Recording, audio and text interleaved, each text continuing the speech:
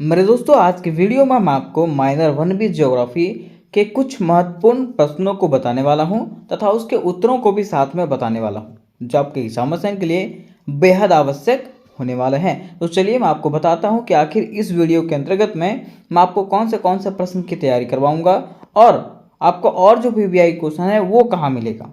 ठीक है, तो देखिए पहला क्वेश्चन में दोस्तों मैं आपको बताऊंगा मानव भूगोल के बारे में। किसके बारे में? कि मानव भूगोल से आप क्या समझते हैं, इसको परिभाषित करिए, इसकी क्या प्रकृति है, क्या दायरा है, क्या विशेषताएं हैं, सब जो है ना आपको इसी में मिल जाएगा। ठीक, फिर देखिए दूसरे क्वेश्चन में दोस्तों मैं आपको बताऊंगा मानव पर्यावरण संबंध, कि आखिर मानव और पर्यावरण के बीच में क्या संबंध है। ठीक है, तीसरे क्वेश्चन में मैं आपको बताऊंगा पर्यावरण निश्चयवाद की अवधारणा और संभववाद की अवधारणा, है ना। ये तीसरे क्वेश्चन में दोस्तों मैं आपको बताऊंगा। क्वेश्चन नंबर 4 की बात करें, क्वेश्चन नंबर 4 में मैं आपको बताऊंगा भारत में जनसंख्या वृद्धि की प्रवृत्ति की विवेचना करें। ये क्वेश्चन आपको क्वेश्चन नंबर 4 में कराऊंगा दोस्त। क्वेश्चन नंबर 5 में मैं आपको बताऊंगा प्रव्रजन अर्थात प्रवास की परिभाषा दें। मीन्स प्रवास से कोई भी क्वेश्चन आएगा आपको यही आंसर लिखना है।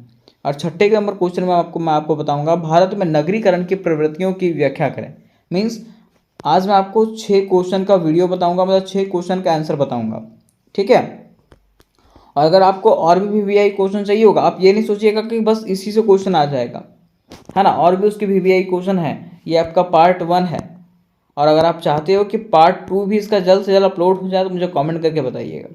ठीक है, तो चलिए स्टार्ट करते हैं वीडियो को और जानते हैं सबसे पहले क्वेश्चन नंबर 1, मानव भूगोल से आप क्या समझते हैं। तो प्रश्न हमारा होने वाला है मानव भूगोल से आप क्या समझते हैं। क्वेश्चन क्या है कि मानव भूगोल से आप क्या समझते हैं, इसे परिभाषित करें और मानव भूगोल के दायरे पर चर्चा करें कि मानव भूगोल का क्या क्या दायरा है। ठीक है, तो चलिए दोस्तों सबसे पहले हम लोग ये जानने का प्रयास करते हैं कि आखिर मानव भूगोल क्या किसको कहते हैं।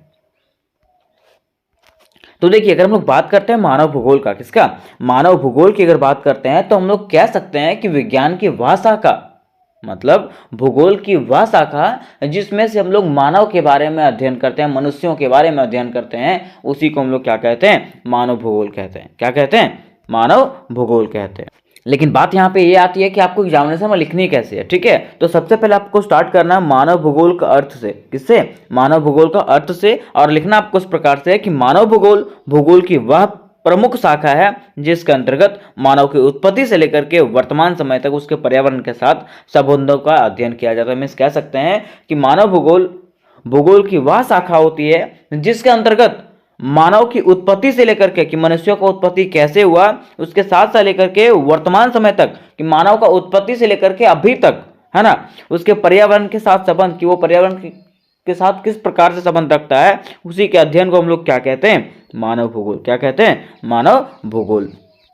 या तो फिर हम कह सकते हैं कि मानव भूगोल विज्ञान की वह शाखा है जिसमें मनुष्य और उसके भौतिक पर्यावरण के मध्य संबंधों का अध्ययन किया जाता है। हम कह सकते हैं कि मानव भूगोल जो है विज्ञान की वह शाखा होती है जिसके अंतर्गत मनुष्यों और उसके भौतिक पर्यावरण, मीन्स मनुष्य जिस पर्यावरण में रहता है उसके साथ जो संबंध है उसी का अध्ययन को हम लोग क्या कहते हैं, मानव भूगोल। क्या कहते हैं? मानव भूगोल कहते हैं। कहा जाता है कि इसके साथ साथ इसमें मनुष्यों का विभिन्न कार्य जैसे स्वास्थ्य, शिक्षा, कला, विज्ञान, राजनीतिक और धर्म का भी अध्ययन किया जाता है। किसमें? मानव भूगोल में क्या क्या किया जाता है? तो स्वास्थ्य, शिक्षा, कला, विज्ञान, राजनीतिक और धर्म का भी अध्ययन किया जाता है। किसमें? मानव भूगोल में। ठीक है, अब देखिए इसमें पॉइंट नंबर 1 में कहा गया है कि भूगोल की प्रकृति न केवल पर्यावरण और मनुष्य के संबंधों का है बल्कि संपूर्ण मानवीय गतिविधियों का पर्यावरण से समन्वय का अध्ययन कराता है। मीन्स भूगोल की प्रकृति क्या कराता है, मीन्स भूगोल क्या कराता है, मानव भूगोल क्या कराता है,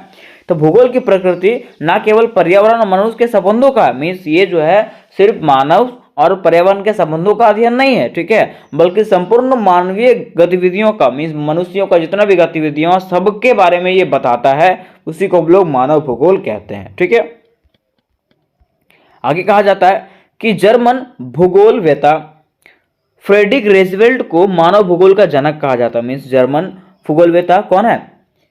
फ्रेडरिक रेडजेल। कौन है? फ्रेडरिक रेडजेल को मानव भूगोल का जन्मदाता कहा जाता है, जिनकी प्रसिद्ध पुस्तक मानव भूगोल मीन्स एंथ्रोपोजियोग्राफी है। ठीक है, मीन्स पूछेगा कि जर्मन भूगोलकर्ता फ्रेडरिक रेडजेल की प्रसिद्ध किताब कौन सी है, तो कौन सी है? एंथ्रोपोजियोग्राफी। ठीक है, अब यहाँ पे बातें आती है मानव भूगोल की परिभाषाएं की। मानव भूगोल की परिभाषाएं की, जिसको विद्वानों ने अलग अलग परिभाषाएं दी है। ठीक है, तो देखिए पहला है फ्रेडरिक रेडजेल के अनुसार। फ्रेडरिक रेडजेल ने क्या कहा है? तो उन्होंने कहा है कि मानव भूगोल विज्ञान की वह शाखा है जिसमें मानव समाज तथा धरातल के मध्य संबंधों का संश्लेषित अध्ययन किया जाता है। कहा गया है कि मानव भूगोल विज्ञान की वह शाखा होती है जिसमें से मनुष्य के समाज, मानव समाज तथा धरातल में भूमि के मध्य जो संबंध होता है, भूमि मतलब पर्यावरण के बीच जो संबंध होता है, उसका अध्ययन को हम लोग क्या कहते हैं? मानव भूगोल कहते हैं। ठीक है, नेक्स्ट डिकेंस तथा पिट्स के अनुसार इन्होंने क्या कहा? इन्होंने कहा है कि मानव भूगोल में मानव और उसके कार्यों का अध्ययन किया जाता है। मीन्स कहा है कि मानव भूगोल में जो है ना क्या अध्ययन करते हैं? तो मानव के बारे में और उसके कार्यों का अध्ययन करते हैं, उसी को हम लोग मानव भूगोल कहते हैं। ठीक है, अब देखिए यहाँ पे बात आता है मानव भूगोल का उद्देश्य एवं लक्ष्य, कि मानव भूगोल का आखिर क्या उद्देश्य है और क्या लक्ष्य है ना। तो देखिए बताया गया है कि मानव भूगोल में विभिन्न विचारधाराएं और सिद्धांत विकसित हुए। अगर मानव भूगोल की बात करें तो मानव भूगोल के तहत जो है ना विभिन्न विचारधाराएं आए हैं और सिद्धांत विकसित हुए हैं जो मानवीय गतिविधियों और उसके भौगोलिक वितरण को समझाने में मदद करता है। जो क्या करता है?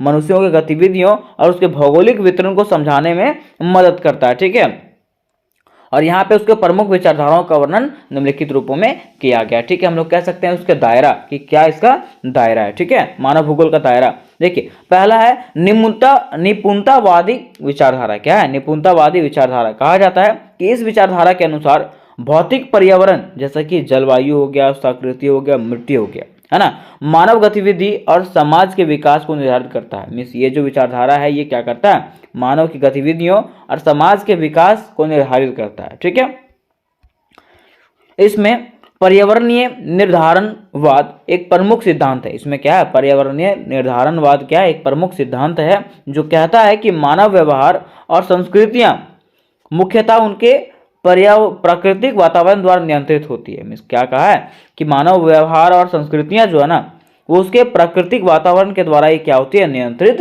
होती है। ठीक है, अब देखिए इसका दूसरा जो विचारधारा है वो है संभावनावादी विचारधारा। क्या है?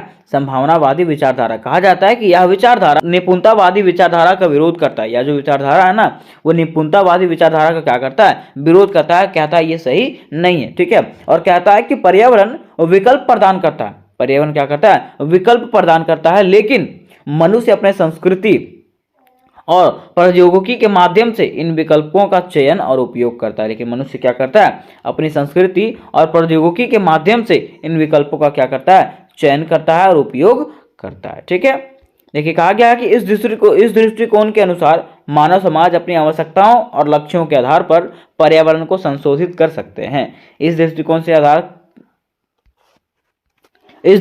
के आधार से क्या करता है? मानव समाज जो है ना अपनी आवश्यकताओं और लक्ष्यों के आधार पर पर्यावरण का संशोधन कर सकता है। इस पर्यावरण का बदलाव कर सकता है। कौन? मानव समाज। ठीक है, आगे कहा जाता है सांस्कृतिक भूगोल। क्या है? सांस्कृतिक भूगोल। कहा गया है कि यह विचारधारा संस्कृति के विभिन्न पहलुओं जैसे भाषा, धर्म, रीति रिवाज और परंपरा के स्थानिक वितरण और प्रभाव का अध्ययन कराती है। यह क्या कराता है?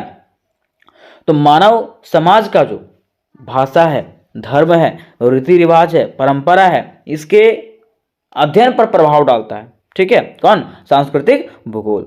कहा जाता है कि सांस्कृतिक भूगोल मानवीय पहचान है। सांस्कृतिक भूगोल क्या है? मानव का पहचान है और स्थानों के बीच संबंधों को समझाने का प्रयास करता है। ये क्या करता है? स्थानों के बीच में जो है ना संबंधों को समझाने का प्रयास करता है। ठीक है, फिर चौथा है आलोचनात्मक भूगोल। चौथा क्या है? आलोचनात्मक भूगोल। कहा जाता है कि आलोचनात्मक भूगोल सामाजिक न्याय, समानता और शक्ति संबंधों पर ध्यान केंद्रित करता है। आलोचनात्मक भूगोल क्या करता है? हमारे सामाजिक न्याय, समानता और शक्ति संबंध, मीन्स हमारे समाज में न्याय है कि नहीं, हमारे समाज में समानता है कि नहीं है, इस पर जो है ना ये ध्यान केंद्रित करता है। ठीक है, यह विचारधारा समाज में प्रचलित असमानताओं, प्रभुत्व और उत्पीड़न के भौगोलिक पहलुओं का विश्लेषण करता है। ठीक है, ये विचारधारा क्या करता है? हमारे समाज में जो असमानताएं हैं, जो प्रभुत्व है और जो उत्पीड़न है, ठीक है, जो अत्याचार हो रहे हैं, उसके खिलाफ ये क्या करता है? विश्लेषण करता है। ठीक है, कौन? आलोचनात्मक भूगोल। पांचवा है मानवतावादी भूगोल। पांचवा कौन सा है? मानवतावादी भूगोल। कहा गया है कि यह दृष्टिकोण मानव अनुभव, भावना और अर्थ पर ध्यान केंद्रित करता है। यह दृष्टिकोण क्या करता है? मानव के अनुभव, भावना और अर्थ पर जो है ना ध्यान केंद्रित करता है। कहा गया है कि मानवतावादी भूगोल व्यक्तियों के दृष्टिकोण, विश्वास और भावनाओं का अध्ययन कराता है। ये क्या कराता है? मानवतावादी भूगोल जो है ना व्यक्तियों के दृष्टिकोण, विश्वास और भावनाओं का अध्ययन कराता है जो वे स्थानों और पर्यावरण से जोड़ते हैं। जो क्या करते हैं? स्थानों और पर्यावरण के साथ में उसको जोड़ते हैं। ठीक है। सातवां आता है मार्क्सवादी भूगोल। सातवां क्या आता है? मार्क्सवादी भूगोल। कह सकते हैं कि यह विचारधारा सामाजिक और आर्थिक संरचनाओं के स्थानिक वितरण का अध्ययन कराती है। यह विचारधारा क्या कराता है? समाज और आर्थिक संरचना के स्थानिक वितरण, ठीक है, कि आखिर समाज और आर्थिक संरचना के बीच में क्या संबंध है उसके बारे में अध्ययन कराता है। ठीक है। फिर है मार्क्सवादी भूगोल समाज के वर्गीय संघर्षों, पूंजीवाद और उत्पादन के तरीकों के भूगोलिक प्रभावों का विश्लेषण करता है। ठीक है। मार्क्सवादी भूगोल क्या करता है? तो समाज के जो वर्ग हैं, ठीक है, समाज के वर्गों में जो संघर्ष है, ठीक है, पूंजीवाद है और उत्पादन के जो तरीके हैं उसके बारे में ये विश्लेषण करता है। कौन? मार्क्सवादी भूगोल। ठीक है। तो यहां तक हम लोगों ने भूगोल के अर्थ को समझ लिया और भूगोल के दायरे को समझ लिया कि आखिर क्या क्या दायरा है। अब बात यहां पे आता है निष्कर्ष का। तो निष्कर्ष में लिखेंगे इस प्रकार से कि ये सारी विचारधाराएं मानव भूगोल के अध्ययन में विभिन्न दृष्टिकोण और पद्धतियां प्रदान करती है। ये सारे विचारधाराएं क्या करती है? मानव भूगोल के अध्ययन में विभिन्न दृष्टिकोण और पद्धतियां जो है प्रदान करती है जो मानव समाज और उसके पर्यावरण के बीच जटिल संबंधों को समझने में मदद करती है। ठीक है। इस प्रकार से दोस्तों हम लोगों ने ये क्वेश्चन समाप्त किया और मैं उम्मीद करता हूं कि ये क्वेश्चन आपको समझ में आ गया होगा। ठीक है।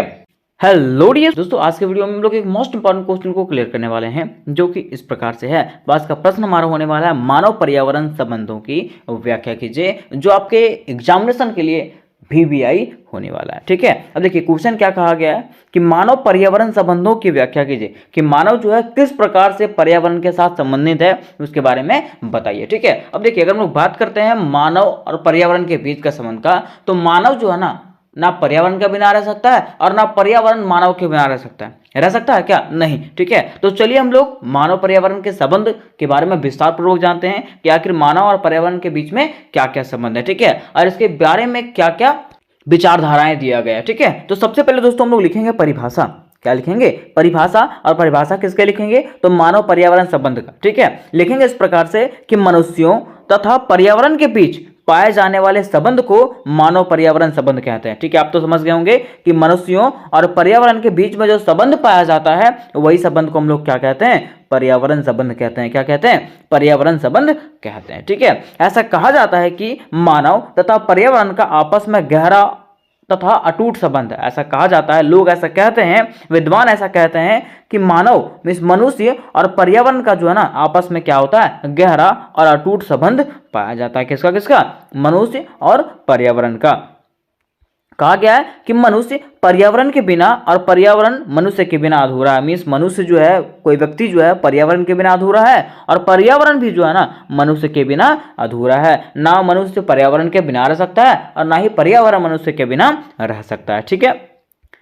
उसके बाद आपको पॉइंट बना के लिखना है कि मानव अपने जीवन की उत्पत्ति से ही पर्यावरण से संबंधित रहा है। मनुष्य जो है जब से मनुष्य का उत्पत्ति हुआ है तब से ही मनुष्य जो है ना पर्यावरण से संबंधित रहा है।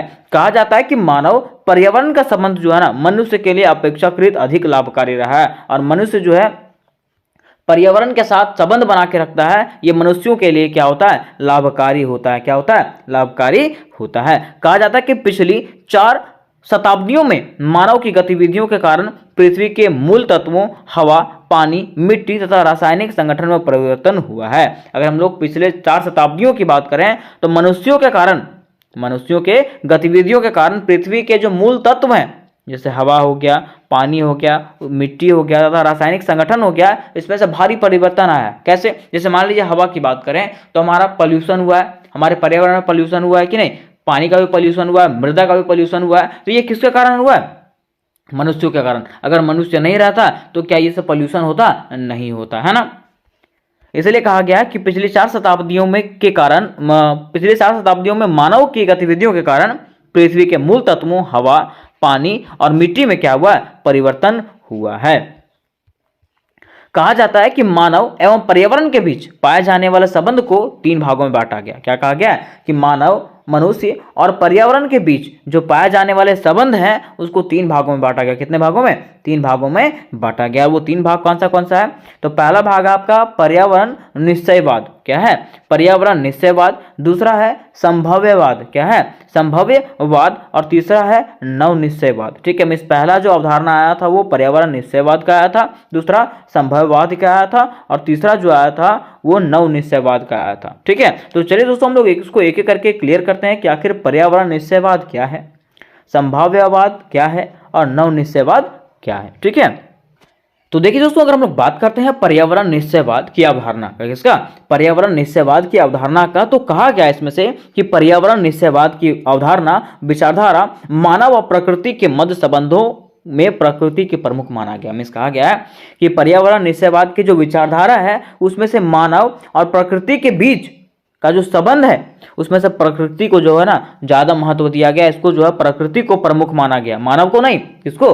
प्रकृति को। ठीक है, इस विचारधारा के अनुसार कहा गया है कि मनुष्य जो है ना प्रकृति का दास है। मनुष्य क्या है? प्रकृति का नौकर है, अर्थात प्रकृति ने मनुष्य को बनाया। प्रकृति ने क्या किया? मनुष्य को बनाया। मनुष्य ने प्रकृति को नहीं बनाया। किसने बनाया? प्रकृति ने मनुष्य को बनाया। किसके द्वारा कहा गया? तो पर्यावरण निश्चयवाद की अवधारणा के तहत कहा गया है। ठीक है, आगे कहा गया है कि इसके अंतर्गत मनुष्य प्रकृति की अवहेलना नहीं कर सकता। मीन्स ये विचारधारा के अंतर्गत जो है ना, अगर हम लोग मनुष्यों की बात करें तो मनुष्य जो है ना प्रकृति की अवहेलना नहीं कर सकता। ठीक है, मीन्स प्रकृति के बारे में गलत तो नहीं कह सकता, क्योंकि ऐसा कहा गया है कि प्रकृति ने ही मनुष्य को बनाया है। ठीक है, आगे कहा गया कि आधुनिक काल में पर्यावरण निश्चयवादी विचारधारा का जन्म मुख्य रूप से जर्मनी में हुआ। अगर हम लोग आधुनिक काल की बात करें तो पर्यावरण निश्चयवादी विचारधारा जो है इसका जन्म जो है ना मुख्य रूप से कहाँ हुआ था? जर्मनी में। कोई पूछेगा कि निश्चयवादी विचारधारा का जन्म जो है वो कहाँ हुआ था? जर्मनी में। ठीक है, आगे कहा गया कि इस विचारधारा का प्रमुख प्रतिपादक विद्वान फ्रेडरिक रेटजेल को माना जाता है। किसको? फ्रेडरिक रेटजेल को माना जाता है। ठीक है, मिस पूछेगा कि पर्यावरण निश्चयवादी विचारधारा का प्रमुख प्रतिपादक कौन है? तो फ्रेडरिक रेटजेल है। ठीक है, आगे कहा गया है कि रेटजेल ने ही आधुनिक रूप से सर्वप्रथम यह बताया है कि मानव के समस्त क्रियाकलाप पर्यावरण से ही प्रभावित होते हैं। मिस रेटजेल ने ही आधुनिक रूप से यह बताया था, सर्वप्रथम बताया था कि मानव के समस्त क्रियाकलाप, मीन्स मनुष्य जितने भी क्रियाकलाप करता है वो पर्यावरण से ही प्रभावित होता है। ठीक है, आगे देखिए, कहा गया है कि सैंपल के अनुसार यह कहा गया कि प्रकृतिक मानव की आत्मा एवं मस्तिष्क में प्रवेश करती है। मैं सैंपल मतलब कौन सा? वो सैंपल हम लोग लगाते हैं वो सैंपल नहीं, एक विद्वान है ना, इन्होंने कहा है कि प्रकृति जो है ना मानव की आत्मा एवं मस्तिष्क में प्रवेश कर जाती है। क्या? प्रकृति जो है मानव की आत्मा और मस्तिष्क में प्रवेश कर जाती है। देखिए, कहा गया कि सैंपल ने पर्यावरण निश्चयवाद विचारधारा को अधिक स्पष्ट करते हुए यह बताया है कि प्रकृति ने पर्वतों पर रहने वाले लोगों को मजबूत बनाती है जिससे वह पहाड़ी ढलानों पर आसानी से चढ़ सके। मीन्स यहाँ पे जो है ना सैंपल जो है प्राकृतिक और मानव की गतिविधियों को प्रभावित कर रहा है। ठीक है, कि प्रकृति जो है मनुष्य को बनाया है, मनुष्य प्रकृति को नहीं, है ना। परंतु हुआ क्या कि परंतु द्वितीय विश्व युद्ध के बाद, कब? द्वितीय विश्व युद्ध के बाद पर्यावरण निश्चयवादी विचारधारा की आलोचना होने लगी, इसका बुराई होने लगा। किसका? पर्यावरण निश्चयवादी विचारधारा का। ठीक है, कहा जाने लगा कि विद्वानों के द्वारा यह विचार प्रकट किया गया कि मनुष्य जो है ना प्रकृति का दास नहीं है। अब जो है विद्वान यह कहने लगे कि मनुष्य जो है प्रकृति का दास नहीं है। ठीक है, बल्कि मनुष्य खुद अपने आर्थिक एवं सामाजिक ढांचे का निर्माण में सक्रिय भूमिका निभाता है। मीन्स ये कहा गया कि मनुष्य जो है ना खुद से क्या करता है? अपने आर्थिक और सामाजिक ढांचे का निर्माण करता है, वो प्रकृति पर निर्भर नहीं है। प्रकृति ने मनुष्य को नहीं बनाया है। ये किसने कहा? तो कुछ विद्वानों ने कहा है। ठीक है, मीन्स कह सकते हैं कि पर्यावरण निश्चयवादी विचारधारा का अंत यहीं से हो गया। ठीक है, अब देखिए, अब हम लोग जानने वाले हैं इसका दूसरा पॉइंट, संभाववाद अवधारणा। क्या? संभाववाद अवधारणा। कहा जाता है कि पर्यावरण निश्चयवाद विचारधारा की आलोचना के परिणाम स्वरूप संभाववादी विचारधारा का जन्म हुआ। मीन्स संभाववादी अवधारणा कब आया था? तो ऐसा कहा जाता है कि पर्यावरण निश्चयवादी विचारधारा जो है उसके आलोचना के बाद, उसके बुराई के परिणाम स्वरूप संभाववादी विचारधारा का जन्म हुआ। ठीक है, अब इसके तहत क्या कहा गया? तो देखिए, कहा जाता है कि इस विचारधारा के अनुसार मानव अपने क्रियाकलाप से प्रकृति में फेरबदल करने की क्षमता रखता है। ठीक है, मिस कहा गया ना कि मनुष्य अपने कार्य से जो है ना प्रकृति को भी बदल सकता है। ये किसने कहा? तो संभववादी अवधारणा के अनुसार कहा गया। ठीक है, अर्थात मानव अपने बुद्धि एवं तकनीक के द्वारा प्रकृति को कुछ सीमा तक बदल सकता है। मिस कहा जाता है कि मनुष्य जो है ना अपनी बुद्धि एवं तकनीक के द्वारा क्या कर सकता है? प्रकृति को भी कुछ सीमा तक बदल सकता है। ये किसके तहत कहा गया? तो संभववादी विचारधारा के तहत कहा गया था। ठीक है, आगे कहा गया कि संभववादी विचारधारा का जन्म जो है फ्रांस में हुआ। संभववादी विचारधारा का जन्म कहाँ हुआ था? फ्रांस में। कोई पूछेगा आपको कि संभववादी विचारधारा का जन्म कहाँ हुआ, तो फ्रांस में हुआ। कहा जाता है कि फ्रांस के प्रमुख मानव भूगोलकर्ता ब्लास को इस विचारधारा का जन्मदाता माना जाता है। मीन्स फ्रांस के प्रमुख मानव कौन है? भूगोलकर्ता जो है ब्लास, इसको इस विचारधारा का जन्मदाता माना जाता है। किसको? संभववादी विचारधारा का जन्मदाता माना जाता है। ठीक है, आगे कहा गया कि संभववादी शब्द का सर्वप्रथम प्रयोग फ्रांसीसी विद्वान लुसियन फ्राबे ने किया था। कोई पूछेगा आपको कि संभववादी शब्द का सर्वप्रथम प्रयोग जो है वो किसने किया था? तो फ्रांसीसी विद्वान लुसियन फ्राबे ने किया था। ये सब एमसीक्यू में पूछ सकता है, इसलिए आप लोग याद करके रखिएगा। ठीक है, तो नेक्स्ट पॉइंट में कहा गया कि फ्राबे के अनुसार मानव का प्रकृति में उतना ही महत्व है जितना महत्व प्रकृति के अन्य तत्वों जैसे जलवायु, वनस्पति एवं मृदा का होता है। अर्थात कहा गया है कि प्रकृति जो है ना मानव के बिना क्या है? अधूरा है। ठीक है, अगर मनुष्य नहीं रहेगा तो मनुष्य के बिना प्रकृति भी क्या होगा? अधूरा ही रहेगा। ठीक है, देखिए कहा जाता है अगला पॉइंट में कि फ्राबे के अनुसार प्रकृति में जितनी संभावनाएं पाई जाती है उन संभावनाओं का चयन जो है ना मनुष्य अपनी बुद्धि के द्वारा ही करता है। कहा गया ना हमारे प्रकृति में जितनी भी संभावनाएं पाई जाती है, जैसे हम लोग संभावना करते हैं ना कि आज बारिश होगा। ठीक है, तो ये सब जो संभावनाएं पाई जाती है उसका निर्माण जो है वो कौन करता है? मनुष्य अपने बुद्धि के द्वारा ही करता है। कौन? मनुष्य करता है, मनुष्य अपने बुद्धि के द्वारा उसको करता है। ठीक है, परंतु हुआ क्या कि समय बीतने के साथ साथ पर्यावरण निश्चयवादी विचारधारा के तरह ही संभववादी विचारधारा का भी आलोचना होने लगा। ठीक है, पहले तो किसका बुराई हुआ था? पर्यावरण निश्चयवादी विचारधारा का। ठीक है, लेकिन अब जो है ना संभववादी विचारधारा का भी बुराई होने लगा। ठीक है, कहा जाता है और कहा जाने लगा कि मनुष्य चाहे कितना भी उन्नति कर ले लेकिन वह प्रकृति के नियंत्रण से मुक्ति नहीं पा सकता। ठीक है, अब कुछ विद्वान यह कहने लगे कि मनुष्य चाहे कितने भी उन्नति क्यों ना कर ले वह प्रकृति के नियंत्रण के बिना नहीं रह सकता है ना। अर्थात मनुष्य प्रकृति पर पूर्ण नियंत्रण कभी नहीं पा सकता। मीन्स कहा गया कि मनुष्य जो है ना कभी भी प्रकृति पर नियंत्रण स्थापित नहीं कर सकता है। ठीक है, यहां तक हम लोगों ने इसको कंप्लीट कर लिया। अब हम लोग जानेंगे इसके तीसरे विचारधारा जो कि है नवनिश्चयवादी विचारधारा। क्या है? नवनिश्चयवादी विचारधारा।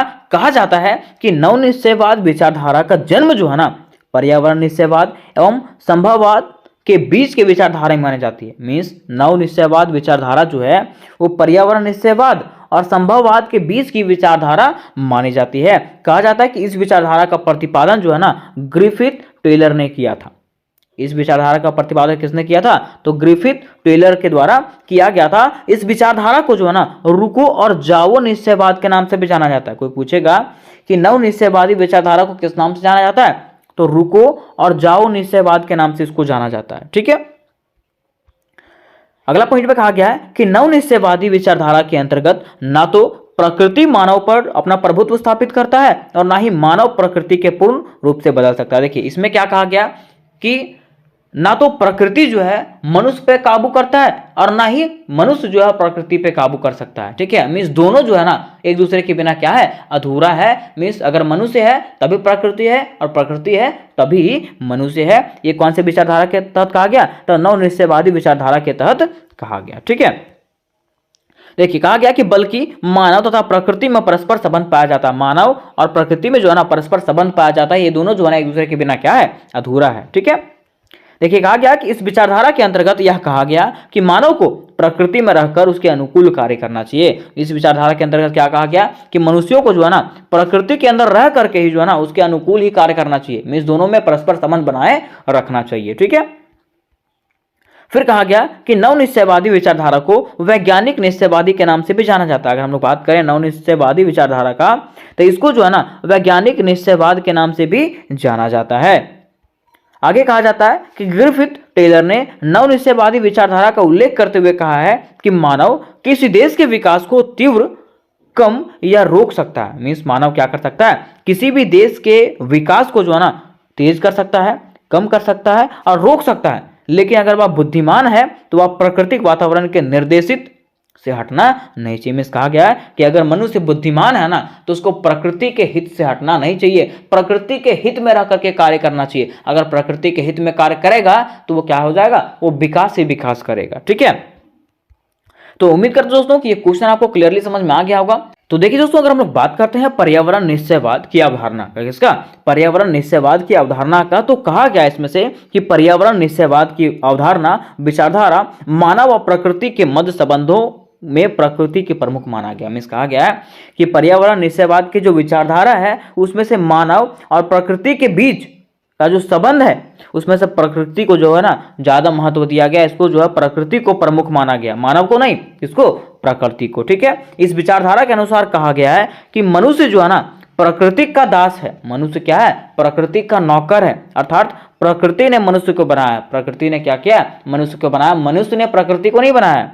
किसने बनाया, प्रकृति ने मनुष्य को बनाया। किसके द्वारा कहा गया, तो पर्यावरण निश्चयवाद की अवधारणा के तहत कहा गया है। ठीक है, आगे कहा गया है कि इसके अंतर्गत मनुष्य प्रकृति की अवहेलना नहीं कर सकता। मीन्स ये विचारधारा के अंतर्गत जो है ना, अगर हम लोग मनुष्यों की बात करें तो मनुष्य जो है ना प्रकृति की अवहेलना नहीं कर सकता। ठीक है, मीन्स प्रकृति के बारे में गलत नहीं कह सकता, क्योंकि ऐसा कहा गया है कि प्रकृति ने ही मनुष्य को बनाया है। ठीक है, आगे कहा गया कि आधुनिक काल में पर्यावरण निश्चयवादी विचारधारा का जन्म मुख्य रूप से जर्मनी में हुआ। अगर हम लोग आधुनिक काल की बात करें तो पर्यावरण निश्चयवादी विचारधारा जो है इसका जन्म जो है ना मुख्य रूप से कहाँ हुआ था, जर्मनी में। कोई पूछेगा कि निश्चयवादी विचारधारा का जन्म जो है वो कहाँ हुआ था, जर्मनी में। ठीक है, आगे कहा गया कि इस विचारधारा का प्रमुख प्रतिपादक विद्वान फ्रेडरिक रेटजेल को माना जाता है। किसको, फ्रेडरिक रेटजेल को माना जाता है। ठीक है, मिस पूछेगा कि पर्यावरण निश्चयवादी विचारधारा का प्रमुख प्रतिपादक कौन है,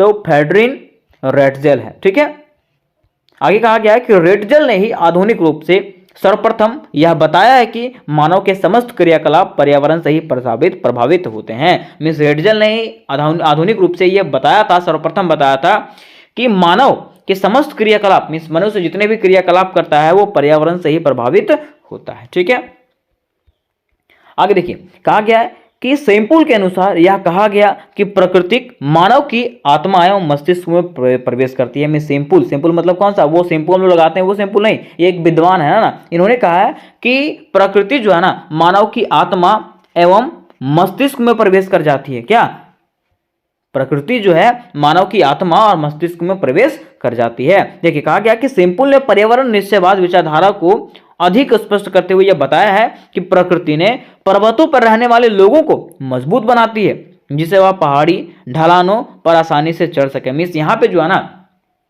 सैंपुल जो है प्राकृतिक और मानव की गतिविधियों को प्रभावित कर रहा है। ठीक है, कि प्रकृति जो है मनुष्य को बना है, मनुष्य प्रकृति को नहीं, है ना।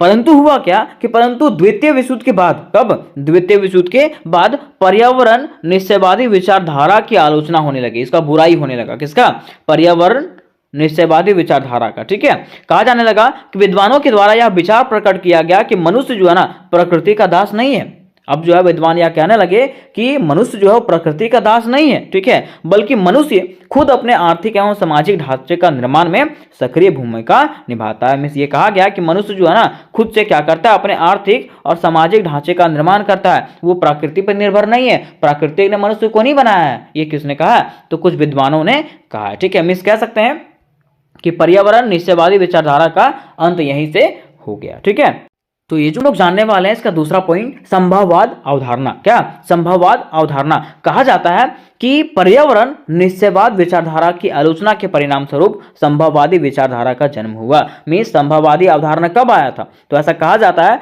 कि पर्यावरण निश्चयवादी विचारधारा जो है उसके आलोचना के बाद, उसके बुराई के परिणाम स्वरूप संभववादी विचारधारा का जन्म हुआ। ठीक है, अब इसके तहत क्या कहा गया, तो देखिए कहा जाता है कि इस विचारधारा के अनुसार मानव अपने क्रियाकलाप से प्रकृति में फेरबदल करने की क्षमता रखता है। ठीक है, मिस कहा गया ना कि मनुष्य अपने कार्य से जो है ना प्रकृति को भी बदल सकता है। ये किसने कहा, तो संभववादी अवधारणा के अनुसार कहा गया। ठीक है, अर्थात मानव अपने बुद्धि एवं तकनीक के द्वारा प्रकृति को कुछ सीमा तक बदल सकता है। मिस कहा जाता है कि मनुष्य जो है ना अपनी बुद्धि एवं तकनीक के द्वारा क्या कर सकता है, प्रकृति को भी कुछ सीमा तक बदल सकता है। ये किसके तहत कहा गया, तो संभववादी विचारधारा के तहत कहा गया था। ठीक है, आगे कहा गया कि संभववादी विचारधारा का जन्म जो है फ्रांस में हुआ। संभववादी विचारधारा का जन्म कहाँ हुआ था? फ्रांस में। कोई पूछेगा आपको कि संभववादी विचारधारा का जन्म कहाँ हुआ, तो फ्रांस में हुआ। कहा जाता है कि फ्रांस के प्रमुख मानव भूगोलकर्ता ब्लास को इस विचारधारा का जन्मदाता माना जाता है। मीन्स फ्रांस के प्रमुख मानव कौन है?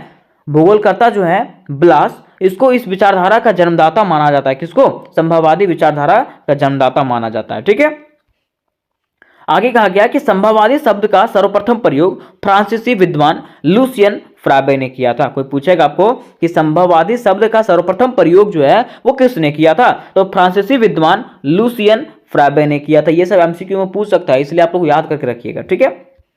तो नेक्स्ट पॉइंट में कहा गया कि फ्राबे के अनुसार मानव का प्रकृति में उतना ही महत्व है जितना महत्व प्रकृति के अन्य तत्वों जैसे जलवायु, वनस्पति एवं मृदा का होता है। अर्थात कहा गया है कि प्रकृति जो है ना मानव के बिना क्या है? अधूरा है। ठीक है। अगर मनुष्य नहीं रहेगा तो मनुष्य के बिना प्रकृति भी क्या होगा?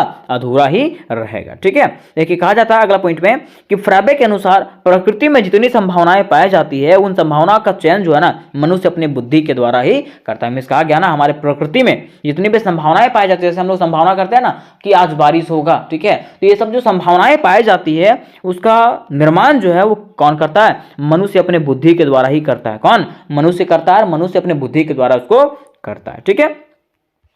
परंतु हुआ क्या कि समय बीतने के साथ साथ पर्यावरण निश्चयवादी विचारधारा के तरह ही संभववादी विचारधारा का भी आलोचना होने लगा। ठीक है। पहले तो किसका बुराई हुआ था? पर्यावरण निश्चयवादी विचारधारा का। ठीक है। लेकिन अब जो है ना संभववादी विचारधारा का भी बुराई होने लगा। ठीक है। कहा जाता है और कहा जाने लगा कि मनुष्य चाहे कितना भी उन्नति कर ले लेकिन वह प्रकृति के नियंत्रण से मुक्ति नहीं पा सकता। ठीक है। अब कुछ विद्वान यह कहने लगे कि मनुष्य चाहे कितने भी उन्नति क्यों ना कर ले वह प्रकृति के नियंत्रण के बिना नहीं रह सकता है ना। अर्थात मनुष्य प्रकृति पर पूर्ण नियंत्रण कभी नहीं पा सकता। मीन्स कहा गया कि मनुष्य जो है ना कभी भी प्रकृति पर नियंत्रण स्थापित नहीं कर सकता है। ठीक दोस्तों, आज के वीडियो में हम लोग अंडरस्टैंडिंग इंडिया के एक मोस्ट इंपॉर्टेंट क्वेश्चन को जानने वाले हैं जो कि आपका सेमेस्टर 1 का होने वाला है। अब ऐसा नहीं है कि ये जो क्वेश्चन है सिर्फ सेमेस्टर 1 का ही होने वाला है। ठीक है। ये कहीं भी आपका कोई भी एग्जामिनेशन में आ जाए, ये सब जगह क्या होने वाला है? इंपॉर्टेंट होने वाला है। इस तरीके से लिख करके आप 90% मार्क्स आप ला सकते हैं। ठीक है। और दोस्तों आपको घबराने की बिल्कुल भी जरूरत नहीं है क्योंकि इसका पीडीएफ भी आपको मिलने वाला है। ठीक है। तो पीडीएफ पाने के लिए और ये क्वेश्चन को बेटर तरीके से समझने के लिए वीडियो को अंत तक देखिए। और मैं 100% गारंटी देता हूँ कि बस सुनने से ही आपको ये क्वेश्चन जो है वो याद हो जाएगा, आपको बाद में रटने की जरूरत नहीं पड़ेगी। ठीक है। तो चलिए क्वेश्चन को जानते हैं कि क्वेश्चन क्या है। अगर हम लोग क्वेश्चन की बात करें तो क्वेश्चन इस प्रकार से पूछा गया है कि भारत में जनसंख्या वृद्धि की, क्वेश्चन क्या है? भारत में जनसंख्या वृद्धि की प्रवृत्ति की विवेचना करें। अब यहाँ प्रवृत्ति का मतलब समझ रहे हैं कि भारत में जनसंख्या जब वृद्धि हो रहा है ना तो उसका कारण क्या है? जनसंख्या वृद्धि का कारण क्या है? ठीक है। उसके साथ साथ इसका जब जनसंख्या जब यहाँ पे बढ़ रहा है तो क्या इसके रोकथाम के लिए जो है ना उपाय किया जा रहा है कि नहीं किया जा रहा है? ठीक है। उसके साथ साथ आपको क्वेश्चन पूछा जाएगा, इसी में से मिलेगा क्वेश्चन आपको। ठीक है। कि भारत में जनसंख्या वृद्धि जब हो रहा है ना तो इससे क्या क्या प्रभाव, दुष्प्रभाव जो है हमारे ऊपर पड़ रहा है, हम लोगों के ऊपर पड़ रहा है, भारतीय नागरिकों पर पड़ रहा है। तो वो चीज़ के बारे में हम लोग डिटेल तरीके से आज जानने वाले हैं। ठीक है। तो चलिए सबसे पहले हम लोग जानेंगे कि इसको लिखेंगे कैसे, है ना। अब देखिए अगर बात करें हम लोग भारत में जनसंख्या वृद्धि का, किसका? जनसंख्या वृद्धि का, तो आप खुद भी जानते होंगे कि आज जो है भारत जो है जनसंख्या के मामले में पहले नंबर पे आ गया है। भारत जनसंख्या मामले में क्या आ चुका है? पहले नंबर पे आ चुका है। ठीक है। और विश्व का ये पहला ऐसा देश बना है अभी जो विश्व में से जनसंख्या के मामले में प्रथम नंबर पे है। ठीक है। उसके साथ साथ हम लोग खुद भी देखते हैं कि जनसंख्या के वृद्धि होने से हमारे समाज में जो ना कंपटीशन बढ़ते जा रहा है। क्या बढ़ते जा रहा है? कंपटीशन बढ़ते जा रहा है। ठीक है। जैसे बेरोजगारी का समस्या इतना होते जा रहा है ना कि लोग जो है ना बेरोजगारी से मतलब अपना घर तक नहीं चला पा रहे हैं। ठीक है। लोगों को काम करने का जरिया नहीं मिल रहा है, लोग सोचते हैं कि क्या हम काम करें। तो चलिए आज के वीडियो में इसको हम लोग बेहतर तरीके से जानते हैं कि कि क्या कैसे जनसंख्या का वृद्धि हो रहा है, ठीक है, क्या कारण है जनसंख्या वृद्धि होने का, उसके साथ साथ इसका निवारण कैसे किया जाएगा और इसका क्या क्या दुष्प्रभाव हमारे ऊपर पड़ रहा है, हमारे समाज के ऊपर पड़ रहा है। ठीक है, तो देखिए सबसे पहले हम लोग लिखेंगे प्रस्तावना। क्या लिखेंगे? प्रस्तावना। और प्रस्तावना में क्या लिखेंगे? तो बताया जाता है कि भारत में जनसंख्या वृद्धि की प्रवृत्ति भारत के लिए एक बहुत ही महत्वपूर्ण और जटिल विषय है। ठीक है, भारत में जनसंख्या वृद्धि की प्रवृत्ति की अगर बात करें तो ये जो है ना भारत के लिए बहुत महत्वपूर्ण और जटिल विषय है। इसके बारे में लोगों को सोचना चाहिए कि क्या भारत में जनसंख्या वृद्धि जो है ये क्या ठीक है, आने वाले समय में क्या ये हमारे लिए ठीक रहेगा, हमारे भविष्य के लिए ठीक रहेगा या नहीं ठीक रहेगा। ठीक है, आगे देखिए बताया गया है वर्तमान में भारत दुनिया का सबसे अधिक आबादी वाला देश है। अगर हम लोग वर्तमान की बात करें तो वर्तमान में जो है ना भारत दुनिया का सबसे अधिक आबादी वाला देश है और इसकी जनसंख्या जो है 2024 के अंत तक, इसकी जनसंख्या 2024 के अंत तक जो है ना 1.45 अरब के करीब पहुंच जाएगा। कितना पूछा जाएगा, आपको पूछेगा कि 2024 के अंत तक जो है भारत का जनसंख्या कितना हो जाएगा, तो बताइएगा लमसम मीन्स लगभग जो है 1.45 अरब पहुंच जाएगा। ठीक है, आगे बताया क्या है कि इसे नियंत्रित करना अत्यंत आवश्यक है। इसको जो है जनसंख्या वृद्धि को नियंत्रित करना क्या है, अत्यंत आवश्यक है। अब क्यों आवश्यक है, तो बताया जाता है कि अन्यथा इसके भयंकर नुकसान जो है ना हमारे सामने उत्पन्न होंगे। नहीं तो क्या हो जाएगा, इसके भयंकर नुकसान जो है ना वो हम लोगों को दिखने लगेंगे, पता चलेगा कि क्या क्या इसके नुकसान है। ठीक है, जैसे कि देखिए, जैसे कि बेरोजगारी, हम लोग खुद ही देख रहे हैं, भूखमरी, प्राकृतिक संसाधन की कमी, इसके साथ साथ ठीक है बड़ी जनसंख्या की आवश्यकता की पूर्ति के लिए जो है ना प्राकृतिक संसाधन, जैसे मान लीजिए जनसंख्या का वृद्धि होगा तो उसके लिए संसाधन भी तो चाहिए, तो संसाधनों की भी कमी होगी। उसके साथ साथ उस प्रदूषण भी फैलेगा।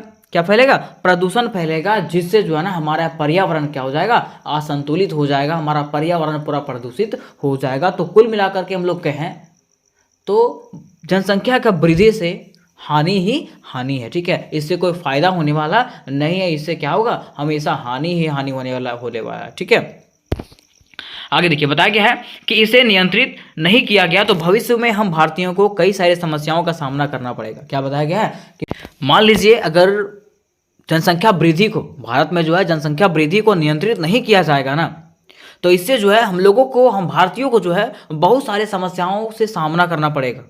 ठीक है, जैसे कि बताया गया है कि बढ़ती जनसंख्या वृद्धि के कारण ही आज हमारे देश में अनेकों संसाधन की कमी महसूस होती है। क्या बोल रहा है कि बढ़ती जनसंख्या के कारण ही हम लोग क्या कर रहे हैं, आज संसाधनों की कमी महसूस कर रहे हैं। उसके साथ साथ देश में जो है बेरोजगारी की समस्या जो है दिनों दिन बढ़ती जा रही है, ये हम लोग खुद फील कर रहे हैं। उसके साथ साथ भूखमरी जैसी समस्याएं जो है, गरीब जैसी समस्याएं जो है दिनों दिन बढ़ते जा रही है हमारे समाज में, हमारे भारत में। आप खुद ही देखते होंगे ठीक है कि हमारे समाज में जो है बेरोजगारी किस तरह से फैल रहा है।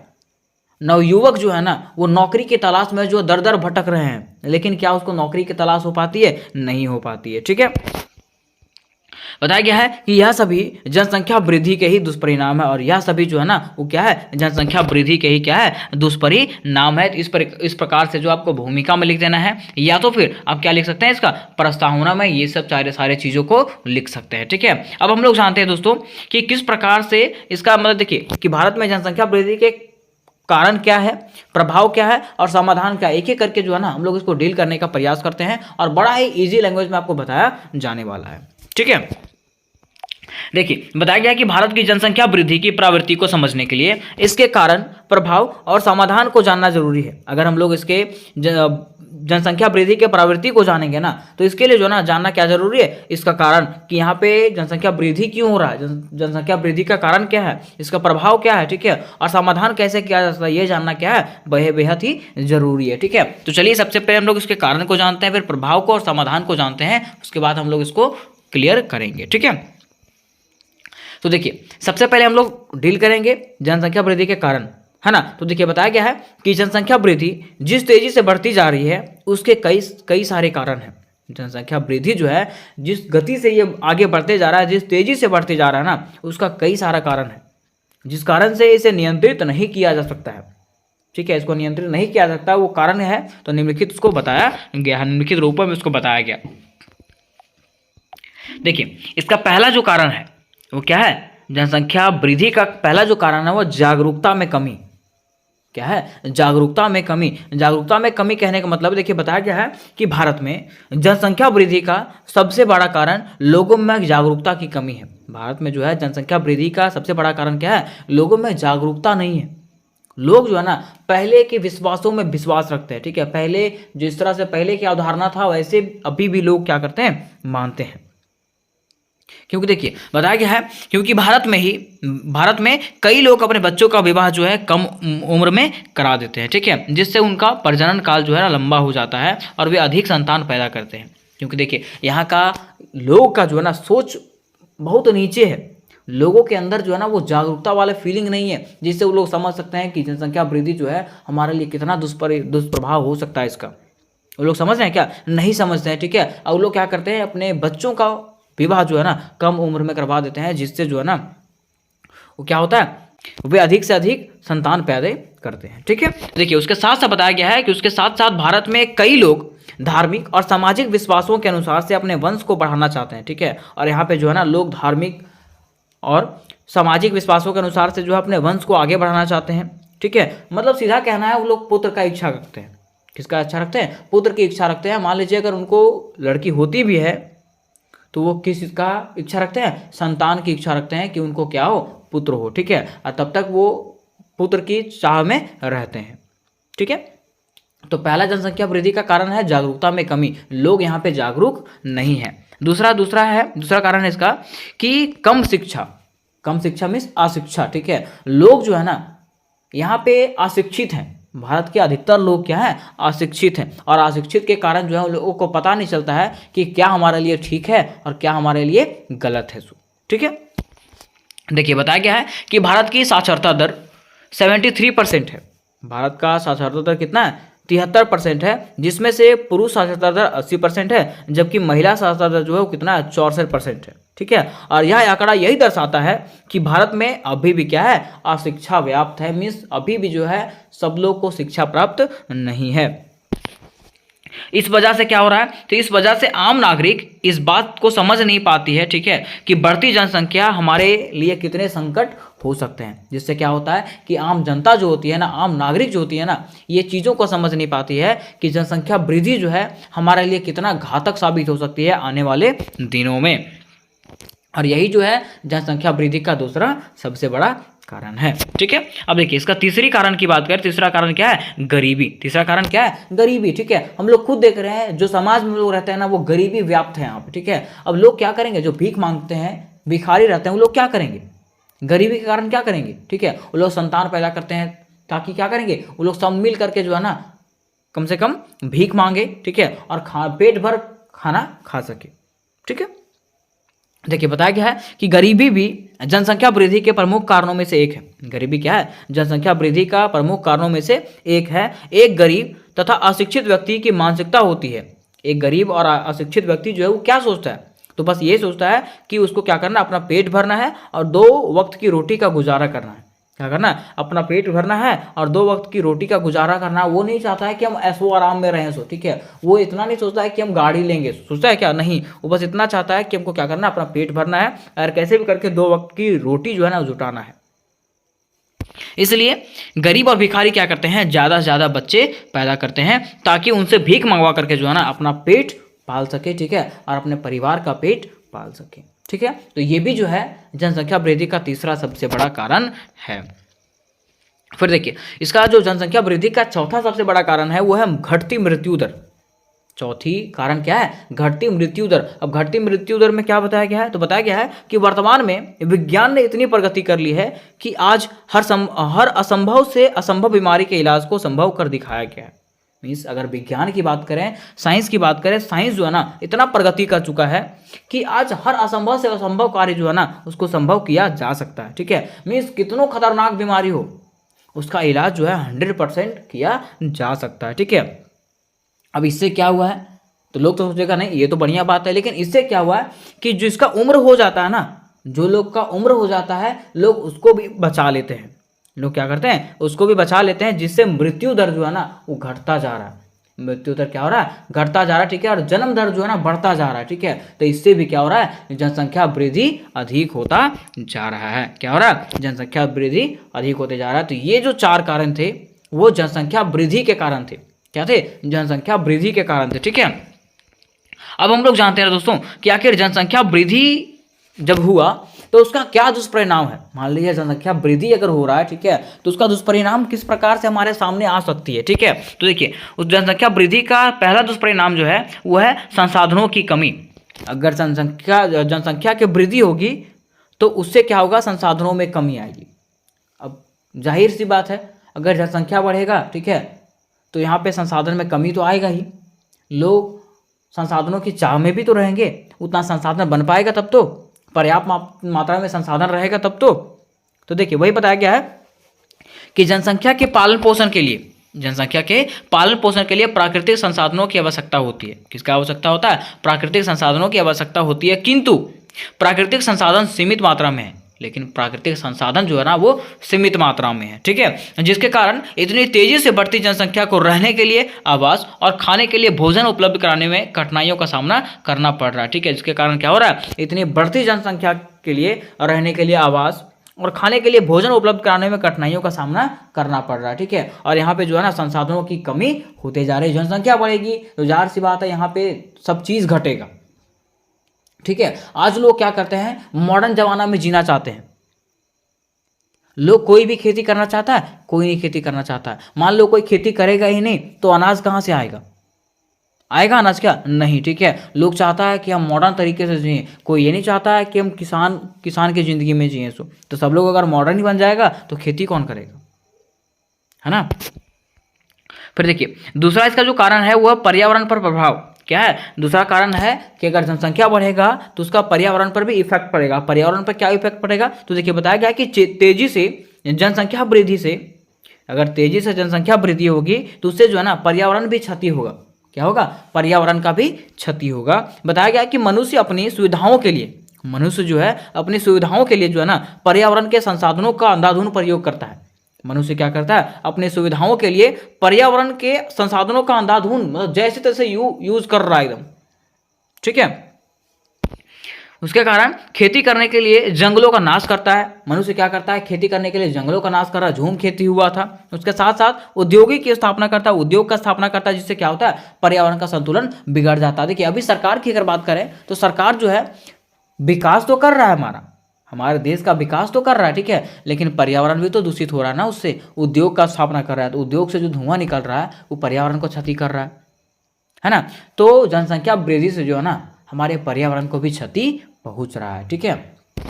तो ये इसका दूसरा दुष्प्रभाव था। फिर देखिए इसका तीसरा दुष्प्रभाव की बात करें तो है बेरोजगारी में वृद्धि। क्या है, बेरोजगारी में वृद्धि। ये सब जानते हैं कि अगर जनसंख्या बढ़ेगी तो बेरोजगारी ही बढ़ेगी, बेरोजगारी भी बढ़ेगी। ये तो अभी भी जो है ना बेरोजगारी जो है अभी भी व्याप्त है। हम लोग अभी भी फील करते हैं कि क्या है, कंपटीशन बहुत ज़्यादा बढ़ गया है। कंपटीशन क्या हो चुका है, बढ़ गया है। आज जो है ना लोगों के पास 10,000 तक का नौकरी पाने के लिए जो है ना दर दर भटकना पड़ता है लोगों को। तो सोचिए किस तरह से लोग जो है ना बेरोजगारी से जूझ रहे हैं यहाँ पे, ठीक है। देखिए बताया गया है कि भारत में जनसंख्या वृद्धि के कारण बेरोजगारी में भी काफी वृद्धि हुई। भारत में जो है जनसंख्या वृद्धि के कारण क्या हुआ, बेरोजगारी में भी काफी वृद्धि हुई है। बीते वर्षों में बेरोजगार पुरुष जो हैं और महिलाओं की संख्या में तीव्र वृद्धि हुई है, ठीक है। और बीते कुछ सालों में जो है ना महिलाओं के और पुरुषों की संख्या में जो है जो बेरोजगार हैं उसमें काफी वृद्धि हुई है, क्योंकि इतनी बड़ी संख्या में मौजूद युवाओं को रोजगार देने के लिए सरकार के पास पर्याप्त उपाय ही नहीं है, ठीक है। सरकार क्या करे बेचारा, सरकार कहाँ से उतना वैकेंसी निकाले, कहाँ से नौकरी निकाले। अब उसके पास नौकरी के लिए जगह रहेगा तब तो वो निकालेगा, है ना। तो ये भी बात है कि लोग जनसंख्या के वृद्धि से, जनसंख्या यहाँ पे वृद्धि हो रहा है तो उसका ये भी कारण है कि यहाँ पे लोग क्या हो रहे हैं, बेरोजगार हो रहे हैं। और आने वाले दिन में जो है ना किसी को भी कोई नौकरी नहीं मिलेगा। जिसको करना है अपना प्राइवेट करो, नौकरी किसी को मिलने वाला नहीं है, ठीक है। फिर देखिए चौथा इसका जो कारण है, चौथा दुष्प्रभाव है वो क्या है, खदानों पर प्रभाव। खदानों पर प्रभाव जैसे मान लीजिए जनसंख्या बढ़ेगी तो खाने पीने वाले चीज़ों का मांग भी तो बढ़ेगी। तो जैसा कि मैंने आपको बताया था कि लोग अभी क्या करते हैं, स्टैंडर्ड जमाना में जीते हैं, खेती करना ही नहीं चाहते हैं, तो अनाज आएगा कहाँ से, है ना। तो वही बोला गया कि तेजी से बढ़ी हुई जनसंख्या के कारण भोजन एवं खदानों की उपलब्ध स्टॉक पर दबाव बनता है। तेजी से बढ़ती जनसंख्या वाले अल्प विकसित देशों को आमतौर पर भोजन की कमी की समस्या का सामना करना पड़ रहा है। ठीक है, जहाँ पे जनसंख्या बढ़ रहा है ना, वहाँ पे लोगों को भुखमरी का सामना करना पड़ रहा है। ठीक है, तो इस तरीके से हम लोग देखते हैं कि अगर जनसंख्या बढ़ेगी तो हम लोगों को जो है ना, हम लोगों के जीवन पर काफ़ी इफेक्ट पड़ेगा, है ना। लोग जो है ना भुखमरी से मर जाएंगे, बेरोजगारी से मर जाएंगे, संसाधन की कमी से मर जाएंगे। ठीक है, तो ये सब चीज़ जो है ना उनके लाइफ में घटित होगा कब, जब जनसंख्या बढ़ेगी तब। ठीक है, अब देखिए यहाँ तक हम लोग देख लिए कि जनसंख्या का वृद्धि का कारण क्या है ना, उसका दुष्प्रभाव क्या है। अब हम लोग जानते हैं कि जनसंख्या वृद्धि का समाधान कैसे किया जा सकता है। अगर जनसंख्या बढ़ रही है तो उसका समाधान रोकने का क्या उपाय है, कैसे इसको रोका जा सकता है। ठीक है, तो देखिए इसको रोकने का पहला उपाय है शिक्षा और जागरूकता। लोगों में क्या करना पड़ेगा, लोगों को शिक्षित करना पड़ेगा और जागरूक करना पड़ेगा, लोगों को बताना पड़ेगा। ठीक है, कि कम उम्र में विवाह करना क्या है, बहुत गलत है। ठीक है, लोग का जो माइंडसेट नहीं हो पाता उस समय, और लोग पढ़े लिखे नहीं रहते हैं ना। ठीक है, तो लोग क्या करते हैं, बाल विवाह करवा देते हैं, बाल श्रम करवाते हैं, बाल गर्भावस्था हो जाता है उन लोगों का। ठीक है, तो इस तरह से जो है ना लोगों, मतलब हम लोगों को ही क्या पता है, साइड इफेक्ट होता है इससे। देखिए बताया गया है कि भारत में शिक्षा का स्तर और गुणवत्ता बढ़ाना और परिवार नियोजन, लिंग समानता, बाल विवाह, बाल श्रम, बाल गर्भावस्था आदि के बारे में लोगों को जागरूक करना पड़ेगा। ठीक है, ताकि लोग जो है ना इसके बारे में समझ सके कि क्या इसका साइड इफेक्ट है और क्या इससे फायदा है। इससे क्या करेंगे, लोग अपने संतानों की संख्या पर नियंत्रण रखेंगे। ठीक है, लोग क्या करेंगे, अपने संतान के संख्याओं पर नियंत्रण रखेंगे। सरकार ने योजना भी लागू किया था कि हम दो और हमारे दो, मीन्स दो हस्बैंड वाइफ और 2 बच्चे रहेंगे। ठीक है, इस तरह से जनसंख्या को नियंत्रित किया जा सकता है, लेकिन लोग जो है ना इसको फॉलो करता ही नहीं है कोई। ठीक है, बताया गया है कि उसके साथ साथ उनके अधिकारों और जिम्मेदारियों का पालन करेंगे। ठीक है, उनके अधिकार और जिम्मेदारियों का पालन करेंगे, और इस तरीके से क्या कर सकते हैं, हम लोग जो है जनसंख्या वृद्धि को रोक सकते हैं। फिर देखिए दूसरा जो समाधान है वो क्या है, विवाह का उम्र बढ़ाना। ठीक है, अगर सरकार जो है विवाह की उम्र बढ़ा देता है, लेकिन देखिए सरकार को जो करना रहता है वो तो कर ही देता है। सरकार ने अभी भी उम्र बढ़ा दिया विवाह का। ठीक है, लेकिन लोगों को इससे कोई फर्क पड़ता नहीं है ना। देखिए बोला गया है कि भारत में तेजी से बढ़ती जनसंख्या का सबसे बड़ा कारण जो है कम उम्र में विवाह होना है। ठीक है, सबसे बड़ा कारण क्या है, कम उम्र में विवाह होना। जल्दी विवाह होने से लड़कियां कम उम्र में ही क्या बन जाती है, माँ बन जाती है, और अधिक संख्या में संतानोत्पत्ति करती है। ठीक है, और अधिक संख्या में क्या करती है, संतान का उत्पत्ति करती है। ठीक है, इससे क्या होता है कि यहाँ पे जो जनसंख्या जो है ना धीरे धीरे और ज़्यादा क्या होता है, बढ़ता जाता है। बताया गया है कि भारत में ऐसे कई इलाके हैं जहाँ बाल विवाह होता है, अतः प्रशासन को बाल विवाह पर रोक लगानी चाहिए। ठीक है, अतः प्रशासन को क्या करना चाहिए, बाल विवाह पे जो है रोक लगाना चाहिए, ताकि लोग जो है ना, लोग जो है इसके साइड इफेक्ट को समझ सके। ठीक है, कि बाल विवाह करने से क्या साइड इफेक्ट है और जनसंख्या वृद्धि का क्या साइड इफेक्ट है। ठीक है, साथ ही साथ लड़के और लड़कियों के विवाह की उम्र भी घटनी चाहिए। ठीक है, मतलब उसका जो उम्र है ना वो बढ़ाना चाहिए। ठीक है, कि लोगों को 21 साल में शादी होना चाहिए, 22 साल में शादी होना चाहिए, ऐसे करके, ताकि लोग जो है कम उम्र में शादी ना करें। ये लीगल कर देना चाहिए। ठीक है, कानून में लिख देना चाहिए कि ऐसा होना चाहिए तो होना चाहिए। अगर इसका उल्लंघन कोई करेगा तो उसको जेल में डाल दिया जाएगा। अगर सख्त कार्रवाई किया जाएगा ना तभी लोग क्या करेंगे, इसको फॉलो करेंगे, नहीं तो कोई फॉलो करने वाला नहीं है। ठीक है, फिर देखिए इसका चौथा जो समाधान है वो है नीति और कानून। क्या है, नीति और कानून बना करके जो है ना सरकार क्या कर सकती है, जनसंख्या पर नियंत्रण लागू कर सकती है। जैसे कि मैंने आपको बताया कि अगर सरकार ऐसा नीति बनाता है, कानून बनाता है कि लोगों को जो है, लड़की को जो है 21 वर्ष में शादी करना है और लड़का को जो है 24 वर्ष में विवाह करना है। ठीक है, तो ये कानून व्यवस्था अगर बनता है ना यहाँ पे, तो क्या हो जाएगा, लोग जो है जागरूक होंगे। ठीक है, और वो इस पर गौर करेंगे, अमल करेंगे। ठीक है, कि सरकार ऐसा योजना लागू किया है कि अगर लड़की का विवाह 21 साल से कम में होगा तो उसके परिवार वालों को जो है, उसके अभिभावक को क्या किया जाएगा, उस पर सख्त कार्रवाई किया जाएगा। ठीक है, तो लोग डरेंगे और ये चीज़ को फॉलो करेंगे, तभी जो है जनसंख्या के वृद्धि को जो है रोका जा सकता है। ठीक है, तो इस प्रकार से हम लोग ये सारे पॉइंटों को देख लिए कि किस प्रकार से जनसंख्या वृद्धि का कारण क्या है, उसका समाधान कैसे किया जा सकता है, उसके साथ साथ इसका दुष्प्रभाव क्या था, वो सारी चीज़ को हम लोग देख लिए। ठीक है, अब लास्ट में जो है इसका निष्कर्ष डालना क्या है, नेसेसरी होता है। तो निष्कर्ष में क्या डालेंगे, तो निष्कर्ष में लिखना है कि जिस तरह हमारे देश की जनसंख्या बढ़ रही है, जिस तरह हमारे देश की जनसंख्या बढ़ रही है, हाँ हम जो है ना इससे मुंह मोड़ नहीं सकते हैं। ठीक है, क्योंकि वर्तमान समय में हमारी जनसंख्या इतनी अधिक है कि हम चीन से भी आगे पहुंच चुके हैं। ठीक है, कि भारत में जो है वर्तमान समय में जनसंख्या इतनी अधिक हो चुकी है ना कि हम लोग चीन के जनसंख्या से भी क्या हो चुके हैं, आगे हो चुके हैं। अब हमारे सामने जो है कई समस्याएं हैं, अब हम लोगों के सामने जो है कई समस्याएं आनी प्रारंभ हो गई है। ठीक है, जैसे कि बेरोजगारी, भूखमरी, शिक्षा की कमी, प्राकृतिक संसाधनों की कमी, स्वास्थ्य सुविधाओं में कमी। ठीक है, अनेक प्रकार की समस्या जो है हमारे सामने आने लगी है। ठीक है, और ये आएगा कब, जब जनसंख्या में वृद्धि होने लगेगा तब। ठीक है, यह सभी जो है ना, ये सभी कारण जो है जनसंख्या के वृद्धि की वजह से ही है। अतः हम कह सकते हैं कि जनसंख्या वृद्धि से जो है ना देश के विकास में क्या है, बाधा बनती है। कि जनसंख्या अगर वृद्धि होगी तो ये इससे जो है ना देश का विकास कभी हो पाएगा नहीं। ठीक है, तो उम्मीद करते दोस्तों कि ये क्वेश्चन आपको समझ में आ गया होगा। दोस्तों आज के वीडियो में हम लोग हिस्ट्री के एक मोस्ट इंपॉर्टेंट क्वेश्चन को क्लियर करने वाले हैं, जो कि आपके एग्जामिनेशन के लिए मोस्ट इंपॉर्टेंट होने वाला है। ठीक है, अब देखिए ये जो क्वेश्चन है ना दोस्तों, आज का जो क्वेश्चन है वो BSc 1 अंडरस्टैंडिंग इंडिया सेमेस्टर 1 वालों के लिए मोस्ट इंपॉर्टेंट होने वाला है। अंडरस्टैंडिंग इंडिया सेमेस्टर 1 जिसका है उन लोगों के लिए मोस्ट इंपॉर्टेंट होने वाला है। अब ऐसा नहीं है कि सिर्फ उन्हीं लोग के लिए। ठीक है, ये जो क्वेश्चन है ना सभी के लिए है। ठीक है, चाहे वो कोई भी सेमेस्टर में हो और कोई भी एग्जाम लिख रहा हो। तो चलिए जानते हैं कि क्वेश्चन क्या है। देखिए अगर क्वेश्चंस की बात करें तो क्वेश्चन आपका इस प्रकार से पूछा गया है कि प्रावर्जन की परिभाषा दें। क्वेश्चन क्या है कि प्रावर्जन की परिभाषा दें एवं इसको प्रभावित करने वाले कारकों की व्याख्या करें। अब देखिए ये क्वेश्चन पढ़ने के बाद आपके माइंड में एक ही सवाल चल रहा होगा कि आखिर प्रावर्जन किसको कहते हैं। अब यहाँ पे दो चीज़ दिया हुआ है, प्रावर्जन और देशांतरण, है ना।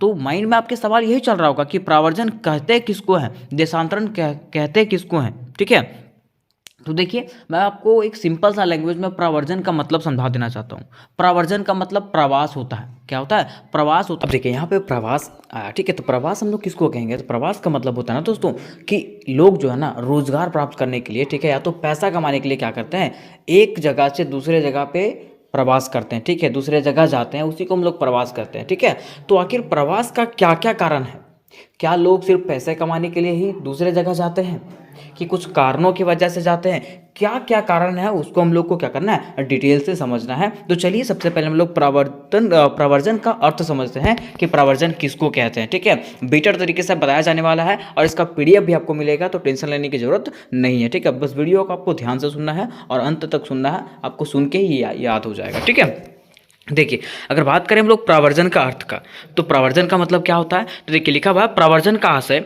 उस प्रक्रिया से है जिसके द्वारा कोई व्यक्ति या समूह अपने मूल स्थान को छोड़ करके दूसरे स्थान की ओर जाता है। क्या कहा गया कि प्रावर्जन का आशय उस प्रक्रिया से होता है जिसके द्वारा क्या होता है, कोई व्यक्ति या समूह जो है ना अपने मूल स्थान को छोड़ करके दूसरे स्थान की ओर जाता है। कहने का मतलब वही है कि काम करने के लिए लोग क्या जाते हैं, अपने घर से दूसरे जगह जाते हैं ताकि पैसा कमा सके। ठीक है, तो उसी को क्या कहते हैं, प्रावर्जन कहते हैं। या तो उसमें बताया गया अर्थ किसी कारणवश लोगों को अपने निवास स्थान को छोड़ करके दूसरे स्थान पर बस जाने की प्रक्रिया को क्या कहते हैं, प्रावर्जन कहते हैं। या तो क्या कहा गया कि अगर कोई कारणवश लोगों को जो है ना अपने स्थान को, अपने निवास स्थान को छोड़ करके कोई दूसरे स्थान पर रहना पड़ रहा है। ठीक है, कोई दूसरे स्थान पे रहना पड़ रहा है, वहाँ पे जाके वो बस गए ना, तो वो प्रक्रिया ही क्या कहलाता है, प्रवर्जन कहलाता है। क्या कहलाता है, प्रवर्जन कहलाता है। या तो उसको प्रवास भी कहते हैं, तो आपको प्रवास पूछेगा तो भी यही बताना है, प्रवर्जन पूछेगा तो भी यही बताना है, और देशांतरण भी पूछेगा ना तो भी आपको सेम आंसर लिखना है। ठीक है, कोई दिक्कत नहीं होगा। अब देखिए यहाँ तक हम लोगों ने इसके अर्थ को समझ लिया। अब हम लोग समझते हैं इसके परिभाषा को। कुछ विद्वान हैं, ठीक है, इनके अलग अलग परिभाषा दी हैं, तो इसको भी हम लोग समझ लेते हैं एक बार। देखिए लिखा हुआ है कि प्रवर्जन की परिभाषा, आखिर प्रवर्जन किसको किसको कहते हैं और किसको कहते हैं, और लोग जो है ना किस प्रकार से इसको उल्लेखित किए हैं। ठीक है, देखिए बताया गया है किसी व्यक्ति या व्यक्तियों के समूह द्वारा अपने निवास स्थान या स्थायी रूप से परिवर्तन प्रवास कहलाता है। क्या बोला गया है कि किसी व्यक्ति या व्यक्तियों के समूह द्वारा जो है ना अपने निवास स्थान का स्थायी रूप से परिवर्तन कर देना, मतलब बदल देना, उसको क्या कहलाता है, प्रवास कहलाता है। या तो फिर देखिए बोग के अनुसार, मतलब बोग ने क्या कहे हैं कि मानव समुदाय या समूह द्वारा अपने स्थान को त्याग कर किसी दूसरे स्थान पर जाकर कर रहना, या बसना क्या कहलाता है, प्रव्रजन कहलाता है। ठीक है, कहने का मतलब यही है कि एक मानव के द्वारा जो है अपने निवास स्थान को छोड़ करके दूसरे जगह पे जा कर के रहना, वही क्या कहलाता है, प्रव्रजन कहलाता है। ठीक है, या तो प्रवास कहलाता है। फिर देखिए आगे बताया गया है कि संयुक्त राष्ट्र संघ के अनुसार से ये क्या बोले हैं, बताया गया है कि प्रव्रजन एक प्रकार की भौगोलिक प्रवस्था है जो एक भौगोलिक इकाई व दूसरी भौगोलिक इकाइयों के मध्य देखने को मिलती है। ठीक है, जिसमें रहने का मूल स्थान और पहुंचने का स्थान जो है दोनों भिन्न भिन्न होते हैं। इसमें क्या कहा गया कि लोग जो है ना क्या करते हैं, प्रव्रजन उसी को कहते हैं कि लोग जो है, लोगों का आने का मतलब लोग जहाँ से जा रहे हैं, ठीक है, और जहाँ पे जाएंगे वो दोनों क्या रहेगा, अलग अलग रहेगा। जैसे मान लीजिए अभी मैं कोडरमा में हूँ, ठीक है, और यहाँ से मैं दिल्ली जाऊँगा, तो वो अलग, उसी को हम लोग क्या कहते हैं, प्रव्रजन कहते हैं कि आने का जगह भी दूसरा रहेगा और जहाँ पे पहुँच रहे हैं वो भी जगह क्या रहेगा, दूसरा रहेगा। उसी को हम लोग क्या कहते हैं, प्रव्रजन कहते हैं। फिर देखिए आगे बताया गया है कि प्रवास में लोगों का एक स्थान से दूसरे स्थान की ओर आवागमन होता है। प्रवास में क्या होता है, लोगों का जो है ना एक स्थान से दूसरे स्थान की ओर जो है आवागमन होता है, मतलब आवाजाही होता है। मानव के इस आवागमन के कारण उत्प्रवास या तो अप्रवास का स्वरूप उत्पन्न होता है, और मनुष्य के इसी आवागमन के कारण, आने जाने के कारण क्या हुआ है कि उत्प्रवास और अप्रवास का स्वरूप उत्पन्न हुआ है। ठीक है, अब आपके माइंड में सवाल उठेगा कि आखिर उत्प्रवास क्या है और अप्रवास क्या है, तो इसको भी हम लोग जानते हैं कि करके देखिए। अब बात करेगा उत्प्रवास का, किसका, उत्प्रवास का। तो बताया गया है कि जिस स्थान को छोड़ करके मनुष्य अपने स्थानों पर चले जाते हैं, जो स्थान को छोड़ करके जो है मनुष्य अन्य स्थानों पर चले जाते हैं ना, उसको हम लोग क्या कहते हैं, उत्प्रवास कहते हैं। जैसे मान लीजिए मैंने आपको अभी एग्जांपल दिया था कि मैं कोडरमा में हूँ और कोडरमा को छोड़ करके मैं दिल्ली जा रहा हूँ। ठीक है, तो कोडरमा मेरा क्या कहलाएगा, उत्प्रवास कहलाएगा। ठीक है, और वहाँ से जो प्रवास करते हैं, मीन्स मैं यहाँ से प्रवास कर रहा हूँ तो मुझे क्या कहा जाएगा, उत्प्रवासी कहा जाएगा। ठीक है, लेकिन देखिए अगर बात करें अप्रवास का, तो अप्रवास का मतलब क्या हो जाएगा कि अन्य स्थानों से आकर के जिस स्थान पे मनुष्य बस जाता है, उस स्थान के संदर्भ में प्रवास को अप्रवास कहते हैं। मीन्स मैं यहाँ से दिल्ली जा रहा हूँ तो दिल्ली को क्या कहा जाएगा, अप्रवास कहा जाएगा। ठीक है, और उसको अप्रवासी कहा जाएगा। ठीक है, जो व्यक्ति वहाँ पे जाएगा। तो यहाँ पे हो गया, हम लोग उत्प्रवास भी समझ गए और अप्रवास भी समझ गए। अब हम लोग को समझना था कि प्रव्रजन के प्रकार, कि प्रव्रजन कितने प्रकार के होते हैं यहाँ के। ठीक है, तो प्रव्रजन के इसको भी जो है ना दो भागों में बांटा गया। प्रव्रजन को भी कितने भागों में बांटा गया, दो भागों में बांटा गया। प्रवास देखिए बताया गया है कि प्रवास को मुख्यतः दो भागों में बांटा गया। मीन्स प्रव्रजन को जो है दो भागों में बांटा गया है। पहला आपका है अंतर्राष्ट्रीय प्रवास, पहला क्या है, अंतर्राष्ट्रीय प्रवास, और दूसरा है अंतर्देशीय या आंतरिक प्रवास। अब फिर से आपके माइंड में सवाल उठेगा कि अंतर्राष्ट्रीय प्रवास क्या है और आंतरिक प्रवास क्या है। ठीक है, तो देखिए बताया गया है कि अंतर्राष्ट्रीय प्रवास मीन्स एक देश से दूसरे देश में होने वाला प्रवास, या तो एक महाद्वीप से दूसरे महाद्वीप में होने वाला प्रवास जो है ना अंतर्राष्ट्रीय प्रवास कहलाता है। ठीक है, आप समझ गए होंगे कि एक देश से दूसरे देश में होने वाला प्रवास मीन्स मैं अभी कहाँ हूँ, भारत में हूँ। ठीक है, मैं भारत से कहीं और चला जाऊँगा, कोई और दूसरा देश चला जाऊँगा ना, तो वो प्रवास कौन सा प्रवास कहलाता है, अंतर्राष्ट्रीय प्रव्रजन या तो प्रवास कहलाता है। इसका क्या क्या कारण होता है, देखिए बताया गया है कि अंतर्राष्ट्रीय प्रवास जो है अधिकतर आर्थिक कारण के कारण होता है, सामाजिक, राजनीतिक और धार्मिक कारणों से होता है। ठीक है, बताया गया है कि भारत में सर्वाधिक अप्रवासी जो है बांग्लादेश, पाकिस्तान व नेपाल से आते हैं। भारत में जितने भी अप्रवासी आते हैं वो कहाँ कहाँ से आते हैं, अधिकतर जो है बांग्लादेश से आते हैं, पाकिस्तान से और नेपाल से आते हैं। फिर दूसरा देखिए, दूसरा बताया गया है कि आंतरिक प्रव्रजन। अब दूसरा क्या बोला गया कि आंतरिक प्रव्रजन क्या कहते हैं, किसको कहते हैं, देखिए बताया गया है कि एक ही देश या राज्य के विभिन्न प्रदेशों के मध्य लोगों का एक स्थान से दूसरे स्थान की ओर होने वाले प्रवास को क्या कहते हैं, अंतर्देशीय या तो आंतरिक प्रवास कहते हैं। ठीक है, जैसे मान लीजिए मैं भारत में हूँ, ठीक है, तो मैं भारत के अंदर मैं कहीं भी मैं घूम रहा हूँ, ठीक है, कहीं भी प्रवास कर रहा हूँ ना, तो वो क्या हो जाएगा, अंतर्देशीय प्रवास हो जाएगा। मीन्स आंतरिक प्रव्रजन होगा। ठीक है, मैं दूसरे देश तो नहीं जा रहा हूँ ना, मैं अपने देश में ही प्रवास कर रहा हूँ। ठीक है, इसको क्या कहेंगे, आंतरिक प्रव्रजन कहेंगे। ठीक है, अब देखिए यहाँ लास्ट में क्या बोला गया है कि इस प्रकार के प्रवास को, मतलब इस प्रकार के प्रवास को आंतरिक प्रव्रजन के प्रवास को जो है ना, इसको भी दो भागों में बांटा गया। कितने भागों में, दो भागों में बांटा गया। ठीक है, अब देखिए इसका पहला भाग कौन सा है, तो प्रतिकर्षी कारक। क्या है, प्रतिकर्षी कारक। अब इसमें क्या बताया गया है कि वे कारक जो लोगों को उनका निवास स्थान को छुड़वाने का कारण बनते हैं, मतलब ऐसा कारण जो लोगों को उसका निवास जबरदस्ती छुड़वाने का कारण बनता है। ठीक है, उसको क्या कहते हैं, प्रतिकर्ष कारक कहते हैं। जैसा कि गरीबी, गरीबी क्या करता है, लोगों को मजबूर कर देता है दूसरे जगह जाने के लिए, ठीक है। उसके साथ साथ आधारभूत सुविधाएं का अभाव, अगर आपके पास सुविधाओं का अभाव नहीं है तो लोग क्या करेंगे, मजबूरन कहीं और जाएंगे, ठीक है। फिर बाढ़ होता है, सूखा, चक्रवातीय तूफान, भूकंप, सुनामी जैसे प्राकृतिक आपदाएं भी जो होती है ना, जब प्राकृतिक आपदा आ जाएगी, ठीक है, तो लोग मजबूरन होकर यहाँ से निकल जाएंगे, ठीक है। मीन्स हम लोग ये कह सकते हैं कि ये जो है ना, ये आपदाएं जो है वो लोगों को क्या करती है, लोगों को जबरदस्ती भेज देती है दूसरी जगह, ठीक है। तो उसको हम लोग क्या कहते हैं, प्रतिकर्ष कारक कहते हैं। क्या कहते हैं, प्रतिकर्ष कारक कहते हैं, ठीक है। ये तो पहला हो गया।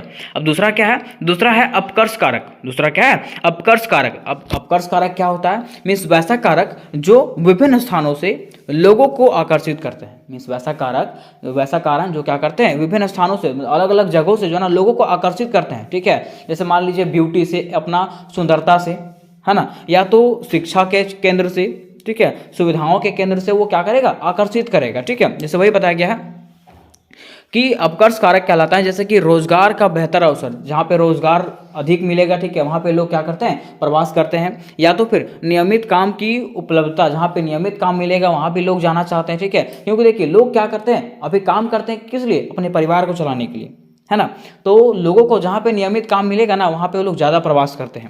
फिर उसके साथ साथ जहाँ पे बेहतर स्वास्थ्य रहेगा और शिक्षा सुविधाएं रहेगी, वहाँ पे लोग प्रवास करेंगे। तो उसको हम लोग, वैसे कारक को हम लोग क्या कहते हैं, अपकर्ष कारक कहते हैं। क्या कहते हैं, अपकर्ष कारक कहते हैं, ठीक है।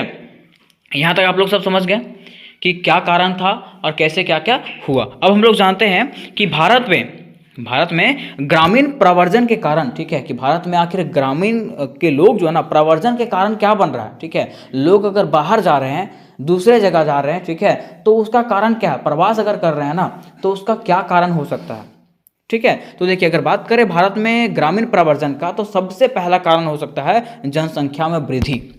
क्या है, जनसंख्या में वृद्धि, ठीक है। अब देखिए ये भी क्वेश्चन उठेगा कि जनसंख्या में वृद्धि आखिर प्रवास का कारण कैसे बन रहा है, जनसंख्या में वृद्धि आखिर ग्रामीण प्रवास का, प्रवर्जन का कारण कैसे बन रहा है, ठीक है।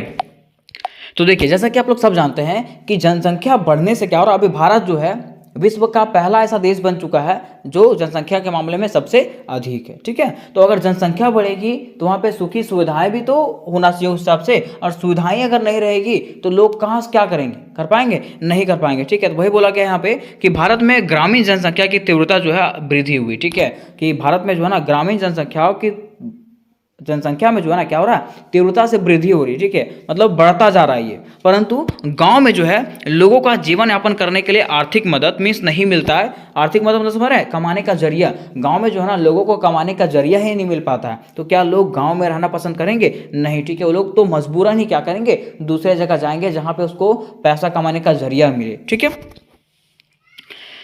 वही बोला गया है इसके आगे कि जिससे ये अपने परिवार का निर्वाह नहीं कर सके, ठीक है। होता क्या है कि मान लीजिए गांव है, ठीक है, गांव में जब उसको पैसा कमाने का जरिया ही नहीं मिलेगा तो क्या वो अपने परिवार का निर्वाह कर पाएंगे, नहीं कर पाएंगे। ऐसी परिस्थिति में वे क्या करते हैं, विवश होकर के, मजबूरन विवश होकर के क्या करते हैं, उन क्षेत्रों की और प्रवर्जन करते हैं, वैसे क्षेत्र में जाते हैं जहाँ पे आजीविका कमाने के लिए मीन्स पैसा कमाने के लिए, पूंजी कमाने के लिए क्या होता है, अधिक साधन उपलब्ध होता है, वैसे जगहों में ये लोग क्या करते हैं, प्रवास कर जाते हैं। तो यही जो है आपका पहला कारण है प्रवर्जन का, ठीक है।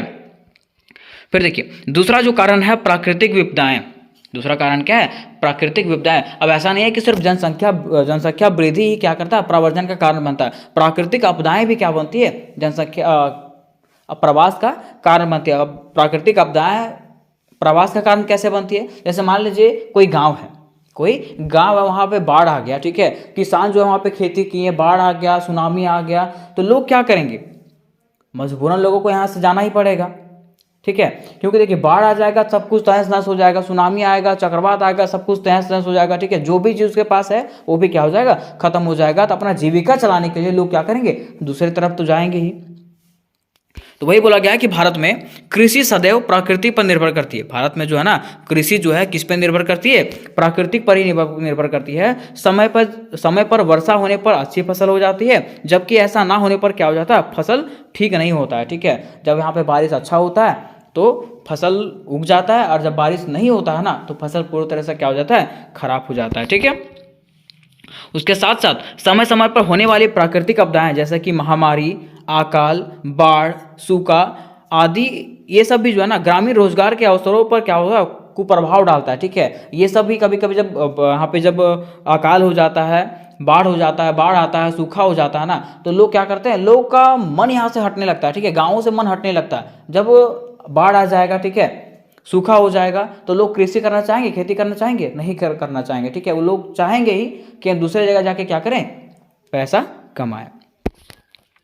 वही बोला गया फिर आगे कि परिणाम स्वरूप काफी संख्या में लोग क्या करते हैं, कृषि कार्य से वंचित रह जाते हैं। ठीक है, कृषि का कार्य कर पाते नहीं है, जिसके कारण लोग मजबूरन अपने परिवार का निर्वाह करने के लिए नए राज्य की ओर परिवर्तन करते हैं। और यही कारण है कि लोग क्या करते हैं, अपने परिवार का जो है निर्वाह करने के लिए, अपने पूंजी कमाने के लिए क्या करते हैं, दूसरे राज्यों की तरफ बढ़ने लगते हैं, प्रवर्जन करने लगते हैं। ठीक है, फिर देखिए प्रवर्जन का तीसरा जो कारण है, प्रवर्जन का तीसरा सबसे बड़ा कारण है क्या है, निर्धनता एवं बेरोजगारी।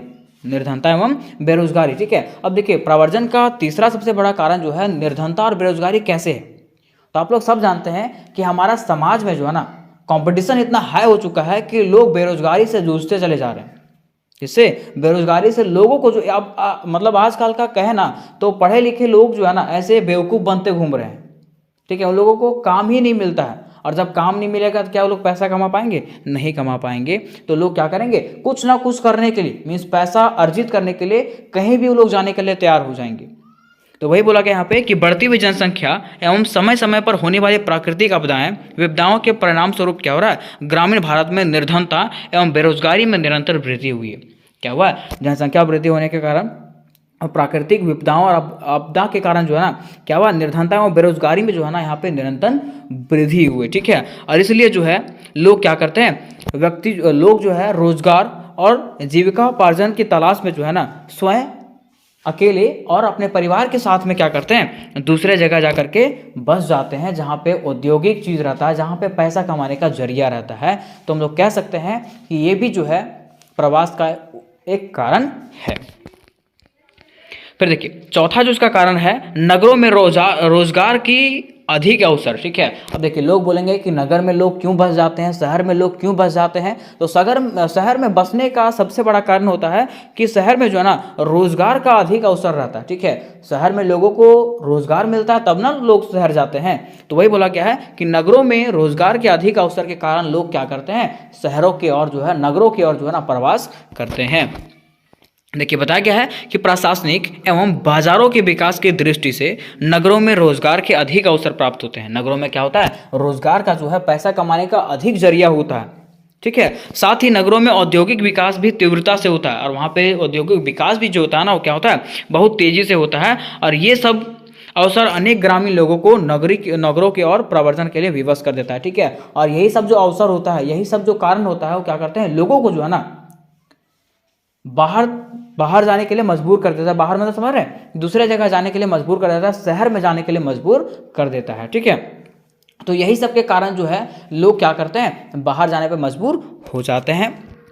आगे देखिए, अब जब यहाँ पे क्वेश्चन आपका खत्म हो जाएगा, तो क्वेश्चन खत्म होने के बाद आपको निष्कर्ष डालना जरूरी है। अब निष्कर्ष में आपको क्या लिखना है, तो निष्कर्ष में आपको कुछ लिखने की जरूरत नहीं है, जो आप पढ़े हैं, ठीक है, जो चीज़ आप पढ़े हैं वही पॉइंट में से आपको 3-4 लाइन जो है इसमें से लिख देना है कि आपको क्या समझ में आया। ठीक है, देखिए इस प्रकार से लिखेंगे निष्कर्ष कि उपरोक्त लिखे गए बातों से, उपरोक्त जितने भी बातें हम लोग देखें, ठीक है, उससे यह पता चलता है कि ग्रामीण प्रवर्जन हमारे समाज के लिए गंभीर समस्या बनती जा रही है। ग्रामीण ये जो प्रवर्जन जो है वो क्या हो रहा है, हमारे समाज के लिए एक गंभीर समस्या बनती जा रही है। ठीक है, तो कैसे समस्या बनती जा रही है, तो मान लीजिए कि अगर लोग जो हैं गांव छोड़ करके सब शहर ही चले जाएंगे, तो गांव में कोई रहना पसंद करेगा, नहीं करेगा। ठीक है, कोई खेती करना पसंद करेगा, कोई नहीं करेगा। ठीक है, तो क्या खेती कोई करेगा ही नहीं, तो फिर चावल आएगा कहाँ से, अनाज आएगा कहाँ से, तो ये हमारे लिए क्या है, समस्या उत्पन्न होगी। ठीक है, उसके साथ साथ बताया गया है कि यदि समय रहते हुए इस समस्या का निदान नहीं किया गया तो इससे ना केवल हमारे समाज प्रभावित होगा बल्कि पूरे राष्ट्र को प्रभावित करेगा। ठीक है, मीन्स बोला गया है कि अगर समय रहते हुए ये समस्या का निदान नहीं किया गया, ठीक है, ये समस्या को नहीं सुलझाया गया ना, तो ये जो है ना हमें तो प्रभावित करेगा ही। ठीक है, उसके साथ साथ ये पूरे राष्ट्र को क्या करेगा, प्रभावित करेगा। तो उम्मीद करते हैं दोस्तों कि ये क्वेश्चन आपको बहुत ईजी तरीके से समझ में आ गया होगा। तो दोस्तों आज के वीडियो में मैं आपके एग्जामिनेशन से रिलेटेड एक मोस्ट इंपॉर्टेंट प्रश्न लेके आ गया हूं, जो आपके एग्जाम के लिए काफ़ी हेल्पफुल होने वाला है और आपके एग्जामिनेशन के लिए ये मोस्ट इंपॉर्टेंट प्रश्न होने वाला है। ठीक है, प्रश्न आपका ऐसे है कि भारत में नगरीकरण की प्रवृत्तियों की व्याख्या करें। मीन्स भारत में नगरीकरण की क्या क्या दृष्टिकोण है, नगरीकरण किसको कहते हैं, है ना, और इसका क्या क्या दृष्टिकोण है, ये कैसे कैसे कार्य करता है, उसके बारे में हमें बताइए। तो सबसे पहले मेरे दोस्त हम लोग को ये जानना पड़ेगा कि आखिर नगरीकरण किसको कहते हैं। क्या जानना पड़ेगा कि नगरीकरण किसको कहते हैं। ठीक है, तो बात करेगा नगरीकरण का दोस्त, तो बिल्कुल आसान शब्दों में अगर जाने इसको, तो नगरीकरण का मतलब होता है गांव से शहरों की ओर बढ़ना। आपने देखा होगा कि लोग क्या करते हैं पैसे कमाने के लिए, क्योंकि गांव में ज़्यादा व्यवसाय नहीं होता है ना, उद्योग नहीं होता है, तो लोग क्या करते हैं पैसे कमाने हेतु बाहर की शहरों में पलायन करते हैं, बाहर के शहर जाते हैं। ठीक है, तो वही कह रहा है कि गांव से शहरों की ओर पलायन करना ही, गांव से शहर में बसना ही क्या कहलाता है, नगरीकरण कहलाता है। क्या कहलाता है दोस्त, नगरीकरण कहलाता है। तो सबसे पहले लिखेंगे दोस्त नगरीकरण का अर्थ, क्या लिखेंगे, नगरीकरण का अर्थ, और लिखेंगे ऐसे कि ग्रामीण क्षेत्रों से लोगों का शहरों की ओर बढ़ना ही नगरीकरण कहलाता है। क्या कहा कि ग्रामीण क्षेत्रों से मीन्स गांवों से लोगों का शहरों में बस जाना ही और शहरों की तरफ बढ़ना ही क्या कहलाता है, नगरीकरण कहलाता है। अर्थात कह सकते हैं कि शहरों में बसना ही, गांव से शहरों में बसना ही नगरीकरण है। गांव से शहर जाके बसना ही क्या कहलाता है दोस्त, नगरीकरण कहलाता है। तो इस प्रकार से आप परिचय में लिख दीजिएगा, और ये बिल्कुल आसान था, है ना। अब बात करते हैं अगर इसके परिभाषा का कि आखिर नगरीकरण की क्या परिभाषा हम लोग दे सकते हैं, तो कहेंगे कि जब लोग रोजगार, शिक्षा, स्वास्थ्य और सुविधाओं की तलाश में गांव छोड़कर के शहर में रहने लगते हैं, तो उस प्रक्रिया को क्या कहा जाता है दोस्त, नगरीकरण। क्योंकि देखिए हम लोग सब जानते हैं, ठीक है, कि गाँवों में ना रोजगार मिल पाता है, ना अच्छा शिक्षा मिल पाता है, ना स्वास्थ्य मिल पाता है, और ना सुविधाएं मिल पाता है ना। और इन सभी सुविधाओं को प्राप्त करने हेतु जब कोई व्यक्ति गांव से शहर की ओर जाता है, कहां से, गांव से शहर की ओर जाता है, इसी प्रक्रिया को हम लोग नगरीकरण कहते हैं। क्या कहते हैं दोस्त, नगरीकरण कहते हैं। वही यहाँ पे कहा गया था, ठीक है, कि जब कोई लोग जो है ना रोजगार, शिक्षा, स्वास्थ्य और सुविधाओं की तलाश में गांव छोड़ करके शहर की ओर जाने लगता है और शहर में निवास करने लगता है, उस प्रक्रिया को हम लोग नगरीकरण कहते हैं। ठीक है, अब देखिए कह रहा है कि यह एक ऐसी प्रक्रिया है जिसमें गांव की अपेक्षा शहरों की संख्या, आकार और जनसंख्या में वृद्धि होती है। क्या कह रहा है कि यह एक ऐसी प्रक्रिया है जिसमें गांवों की अपेक्षा शहरों की संख्या, आकार और जनसंख्या में वृद्धि होती है। मीन्स गांव की संख्या कम होती है, शहरों की संख्या ज़्यादा होती है। ठीक है, गांव का आकार कम होता है और शहर की आकार ज़्यादा होता है। ठीक है, गांव की जनसंख्या कम होती है और शहर की जनसंख्या जो है वो वृद्धि होने लगती है, बढ़ने लगती है। अब गांव से लोग शहर जाएगा तो क्या होगा, शहर का जनसंख्या बढ़ेगा ही, है ना। तो वो यहाँ पे कह रहा है। ठीक है, दूसरा कह रहा है कि यह एक ऐसी प्रक्रिया है जिसमें लोग नौकरी, पढ़ाई, इलाज और अच्छे जीवन की तलाश में गांवों को छोड़ करके शहरों में बसने लगते हैं। क्या कह रहा है कि नगरीकरण एक ऐसा प्रक्रिया है जिसमें लोग क्या करते हैं, नौकरी की तलाश के लिए, पढ़ाई की तलाश में, इलाज की तलाश में और अच्छे जीवन जीने की तलाश में जो है ना, लोग क्या करते हैं, गांवों को छोड़ करके शहरों में पलायन करने लगते हैं, वहां पे निवास करने लगते हैं। ठीक है, इसी को हम लोग नगरीकरण कहते हैं। अब देखिए क्वेश्चन में हमारा ऐसे भी कहा था कि नगरीकरण की प्रवृत्ति बताइए। क्या बताइए, नगरीकरण की प्रवृत्ति। तो हम लोग को ये समझना पड़ेगा कि आखिर नगरीकरण की प्रवृत्ति का मतलब क्या होता है। तो कहा जाता है दोस्त कि नगरीकरण की प्रवृत्तियों का अर्थ है भारत में शहरों का विकास किस देश में हो रहा है। नगरीकरण का अर्थ क्या है, नगरीकरण की प्रवृत्ति का मतलब होता है कि भारत में जो शहर हैं उसका विकास कैसे हो रहा है, किस दिशा में हो रहा है, लोग किस कारण से और कितनी संख्या में शहर की ओर जा रहे हैं। मिस मान लीजिए अगर लोग गांव से शहर जा रहा है तो आखिर इसका रीजन क्या है ना, और शहरों की स्थिति जो है वो कैसे बदल रही है, यही सब बातें जो है वो नगरीकरण प्रवृत्तियां कहलाती है। मीन्स शहर में जो है ना सुविधाएं कैसी है, वहाँ का विकास कैसे हो रहा है, वहाँ के लोग मतलब गांव से लोग शहर क्यों आ रहे हैं, है ना, ये चीज को जानना ही क्या कहलाता है, नगरीकरण की प्रवृत्तियां कहलाता है। अब क्वेश्चन में हमारा ऐसे कहा था कि भारत में नगरीकरण की वर्तमान प्रवृत्तियां बताइए। मीन्स भारत में नगरीकरण की क्या क्या प्रवृत्तियां हैं उसके बारे में बताइए। तो इसका कई इतिहास रहा है, जो इसका इतिहास जो है वो हड़प्पा सभ्यता से चलता आ रहा है। इसका जो इतिहास है मेरे दोस्त वो हड़प्पा सभ्यता से ही चलता आ रहा है। लेकिन अभी हम लोग समझते हैं इसके वर्तमान प्रवृत्तियों को कि अभी इसकी क्या हालत है ना। तो कह रहा है कि तेजी से बढ़ती शहरी जनसंख्या, नगरीकरण की प्रवृत्ति क्या है, तो ये दिखाता है कि शहर का जनसंख्या जो है ना वो तेजी से बढ़ रहा है। क्या कैसे बढ़ रहा है, तो कह रहा है 1951 में भारत की शहरी आबादी लगभग 17% थी। 1951 में जो है ना भारत का जो शहरी आबादी है, शहर का जो आबादी था वो मात्र 17% था, लेकिन 2021 आते आते ये बढ़ करके कितना हो गया, 35% हो गया। और ऐसा अनुमान लगाया जाता है कि 2050 आते आते जो है ना ये 50% से भी ऊपर हो जाएगा। मीन्स अधिक लोग जो है वो गांव छोड़ के कहाँ बस जाएंगे, शहरों में ही बस जाएंगे। ठीक है, तो ये इसका पहला प्रवृत्ति था। फिर देखिए दूसरा इसका प्रवृत्ति है मेट्रो शहर का विकास। इसके तहत क्या हुआ, मेट्रो शहर का विकास हुआ, जैसे कि दिल्ली, मुंबई, कोलकाता और चेन्नई, बेंगलुरु, हैदराबाद, ठीक है, इन जैसे शहरों में जो है ना आबादी और आर्थिक गतिविधियां अत्यधिक बढ़ गई है। इन सारे शहरों में क्या हुआ, तो गतिविधियां और मनुष्यों की जो जनसंख्या है वो हद से भी ज़्यादा बढ़ने लगी है।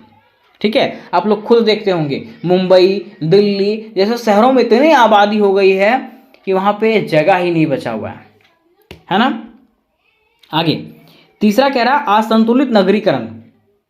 इसका तीसरा प्रवृत्ति क्या है, असंतुलित नगरीकरण। मीन्स नगरीकरण तो हो रहा है लेकिन संतुलित नहीं हो रहा है, वो बैलेंस नहीं हो पा रहा है। कह रहा है कि भारत में कुछ ही बड़े शहर तेजी से विकसित हुए हैं जबकि छोटे शहर हैं और कस्बे पिछड़ते जा रहे हैं। कह रहा ना कि विकास तो हो रहा है, ठीक है, लेकिन बड़े बड़े शहरों का ही, छोटे छोटे जो शहर हैं उसका विकास हो ही नहीं रहा है, वो पिछड़ते चले जा रहे हैं, है ना। और यह जो है असमान विकास की ओर इशारा करता है। ठीक है, ये बताता है कि विकास तो हो रहा है लेकिन इक्वली विकास नहीं हो रहा है। ठीक है, फिर चौथा इसका प्रवृत्ति है दोस्त प्रवासन आधारित नगरीकरण। अब प्रवासन क्या है, कह रहे कि गांवों से रोजगार की तलाश में लोग शहर की ओर जाते हैं।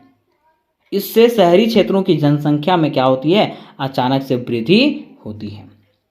इसी को हम लोग प्रवासन आधारित नगरीकरण कहते हैं। फिर कह रहा है पांचवा इसका प्रवृत्ति है झुग्गी झोपड़ियों में बढ़ोतरी। झोपड़ी उपड़ी बढ़ता जा रहा है। अब झोपड़ी कैसे बढ़ते जा रहा है, मान लीजिए गांव से लोग कहाँ जा रहा है, शहर जा रहा है। ठीक है, तो गांव से शहर जा रहा है कमाने के लिए, तो क्या वो इतना उसके पास पैसा है कि वो रूम ले सके वहाँ पे, क्योंकि वहाँ का किराया जो है ना जितना ही कमाता होगा उससे अधिक वहाँ का किराया होगा। तो क्या वो किराया भर पाएगा, नहीं भर पाएगा, है ना। तो वो क्या करता है, झोपड़ी बना करके रहता है। तो वही कह रहा है कि तेजी से शहरीकरण के कारण गरीब मजदूरों को रहने के लिए उचित स्थान नहीं मिल पाता, जिससे झोपड़पट्टियों का विस्तार होता है। कहाँ पे, शहरों में, है ना। छठा इसका प्रवृत्ति है शहरी बेरोजगारी और भीड़। देखिए शहर में क्या हो रहा है, जनसंख्या का भीड़ हो रहा है। ठीक है, जब जनसंख्या का भीड़ हो रहा है ना तो वहाँ पे बेरोजगारी भी बढ़ रहा है। वही कह रहा है कि शहरों में अवसर सीमित होते हैं जबकि प्रवास जो है वहाँ पे बढ़ता चला जाता है, लोग जो है वो बढ़ते चले जाते हैं। इससे बेरोजगारी और ट्रैफिक जाम जैसी समस्याएं जो है ना वो शहरों में अत्यधिक बढ़ जाती है। फिर सातवें इसकी प्रवृत्ति की बात करें दोस्त, तो सातवां प्रवृत्ति है बुनियादी सेवाओं पर दबाव। बुनियादी सेवाओं पर दबाव क्या है, तो कह रहा है कि शिक्षा, स्वास्थ्य, पानी, बिजली, सफाई आदि पर अधिक बोझ पड़ता है।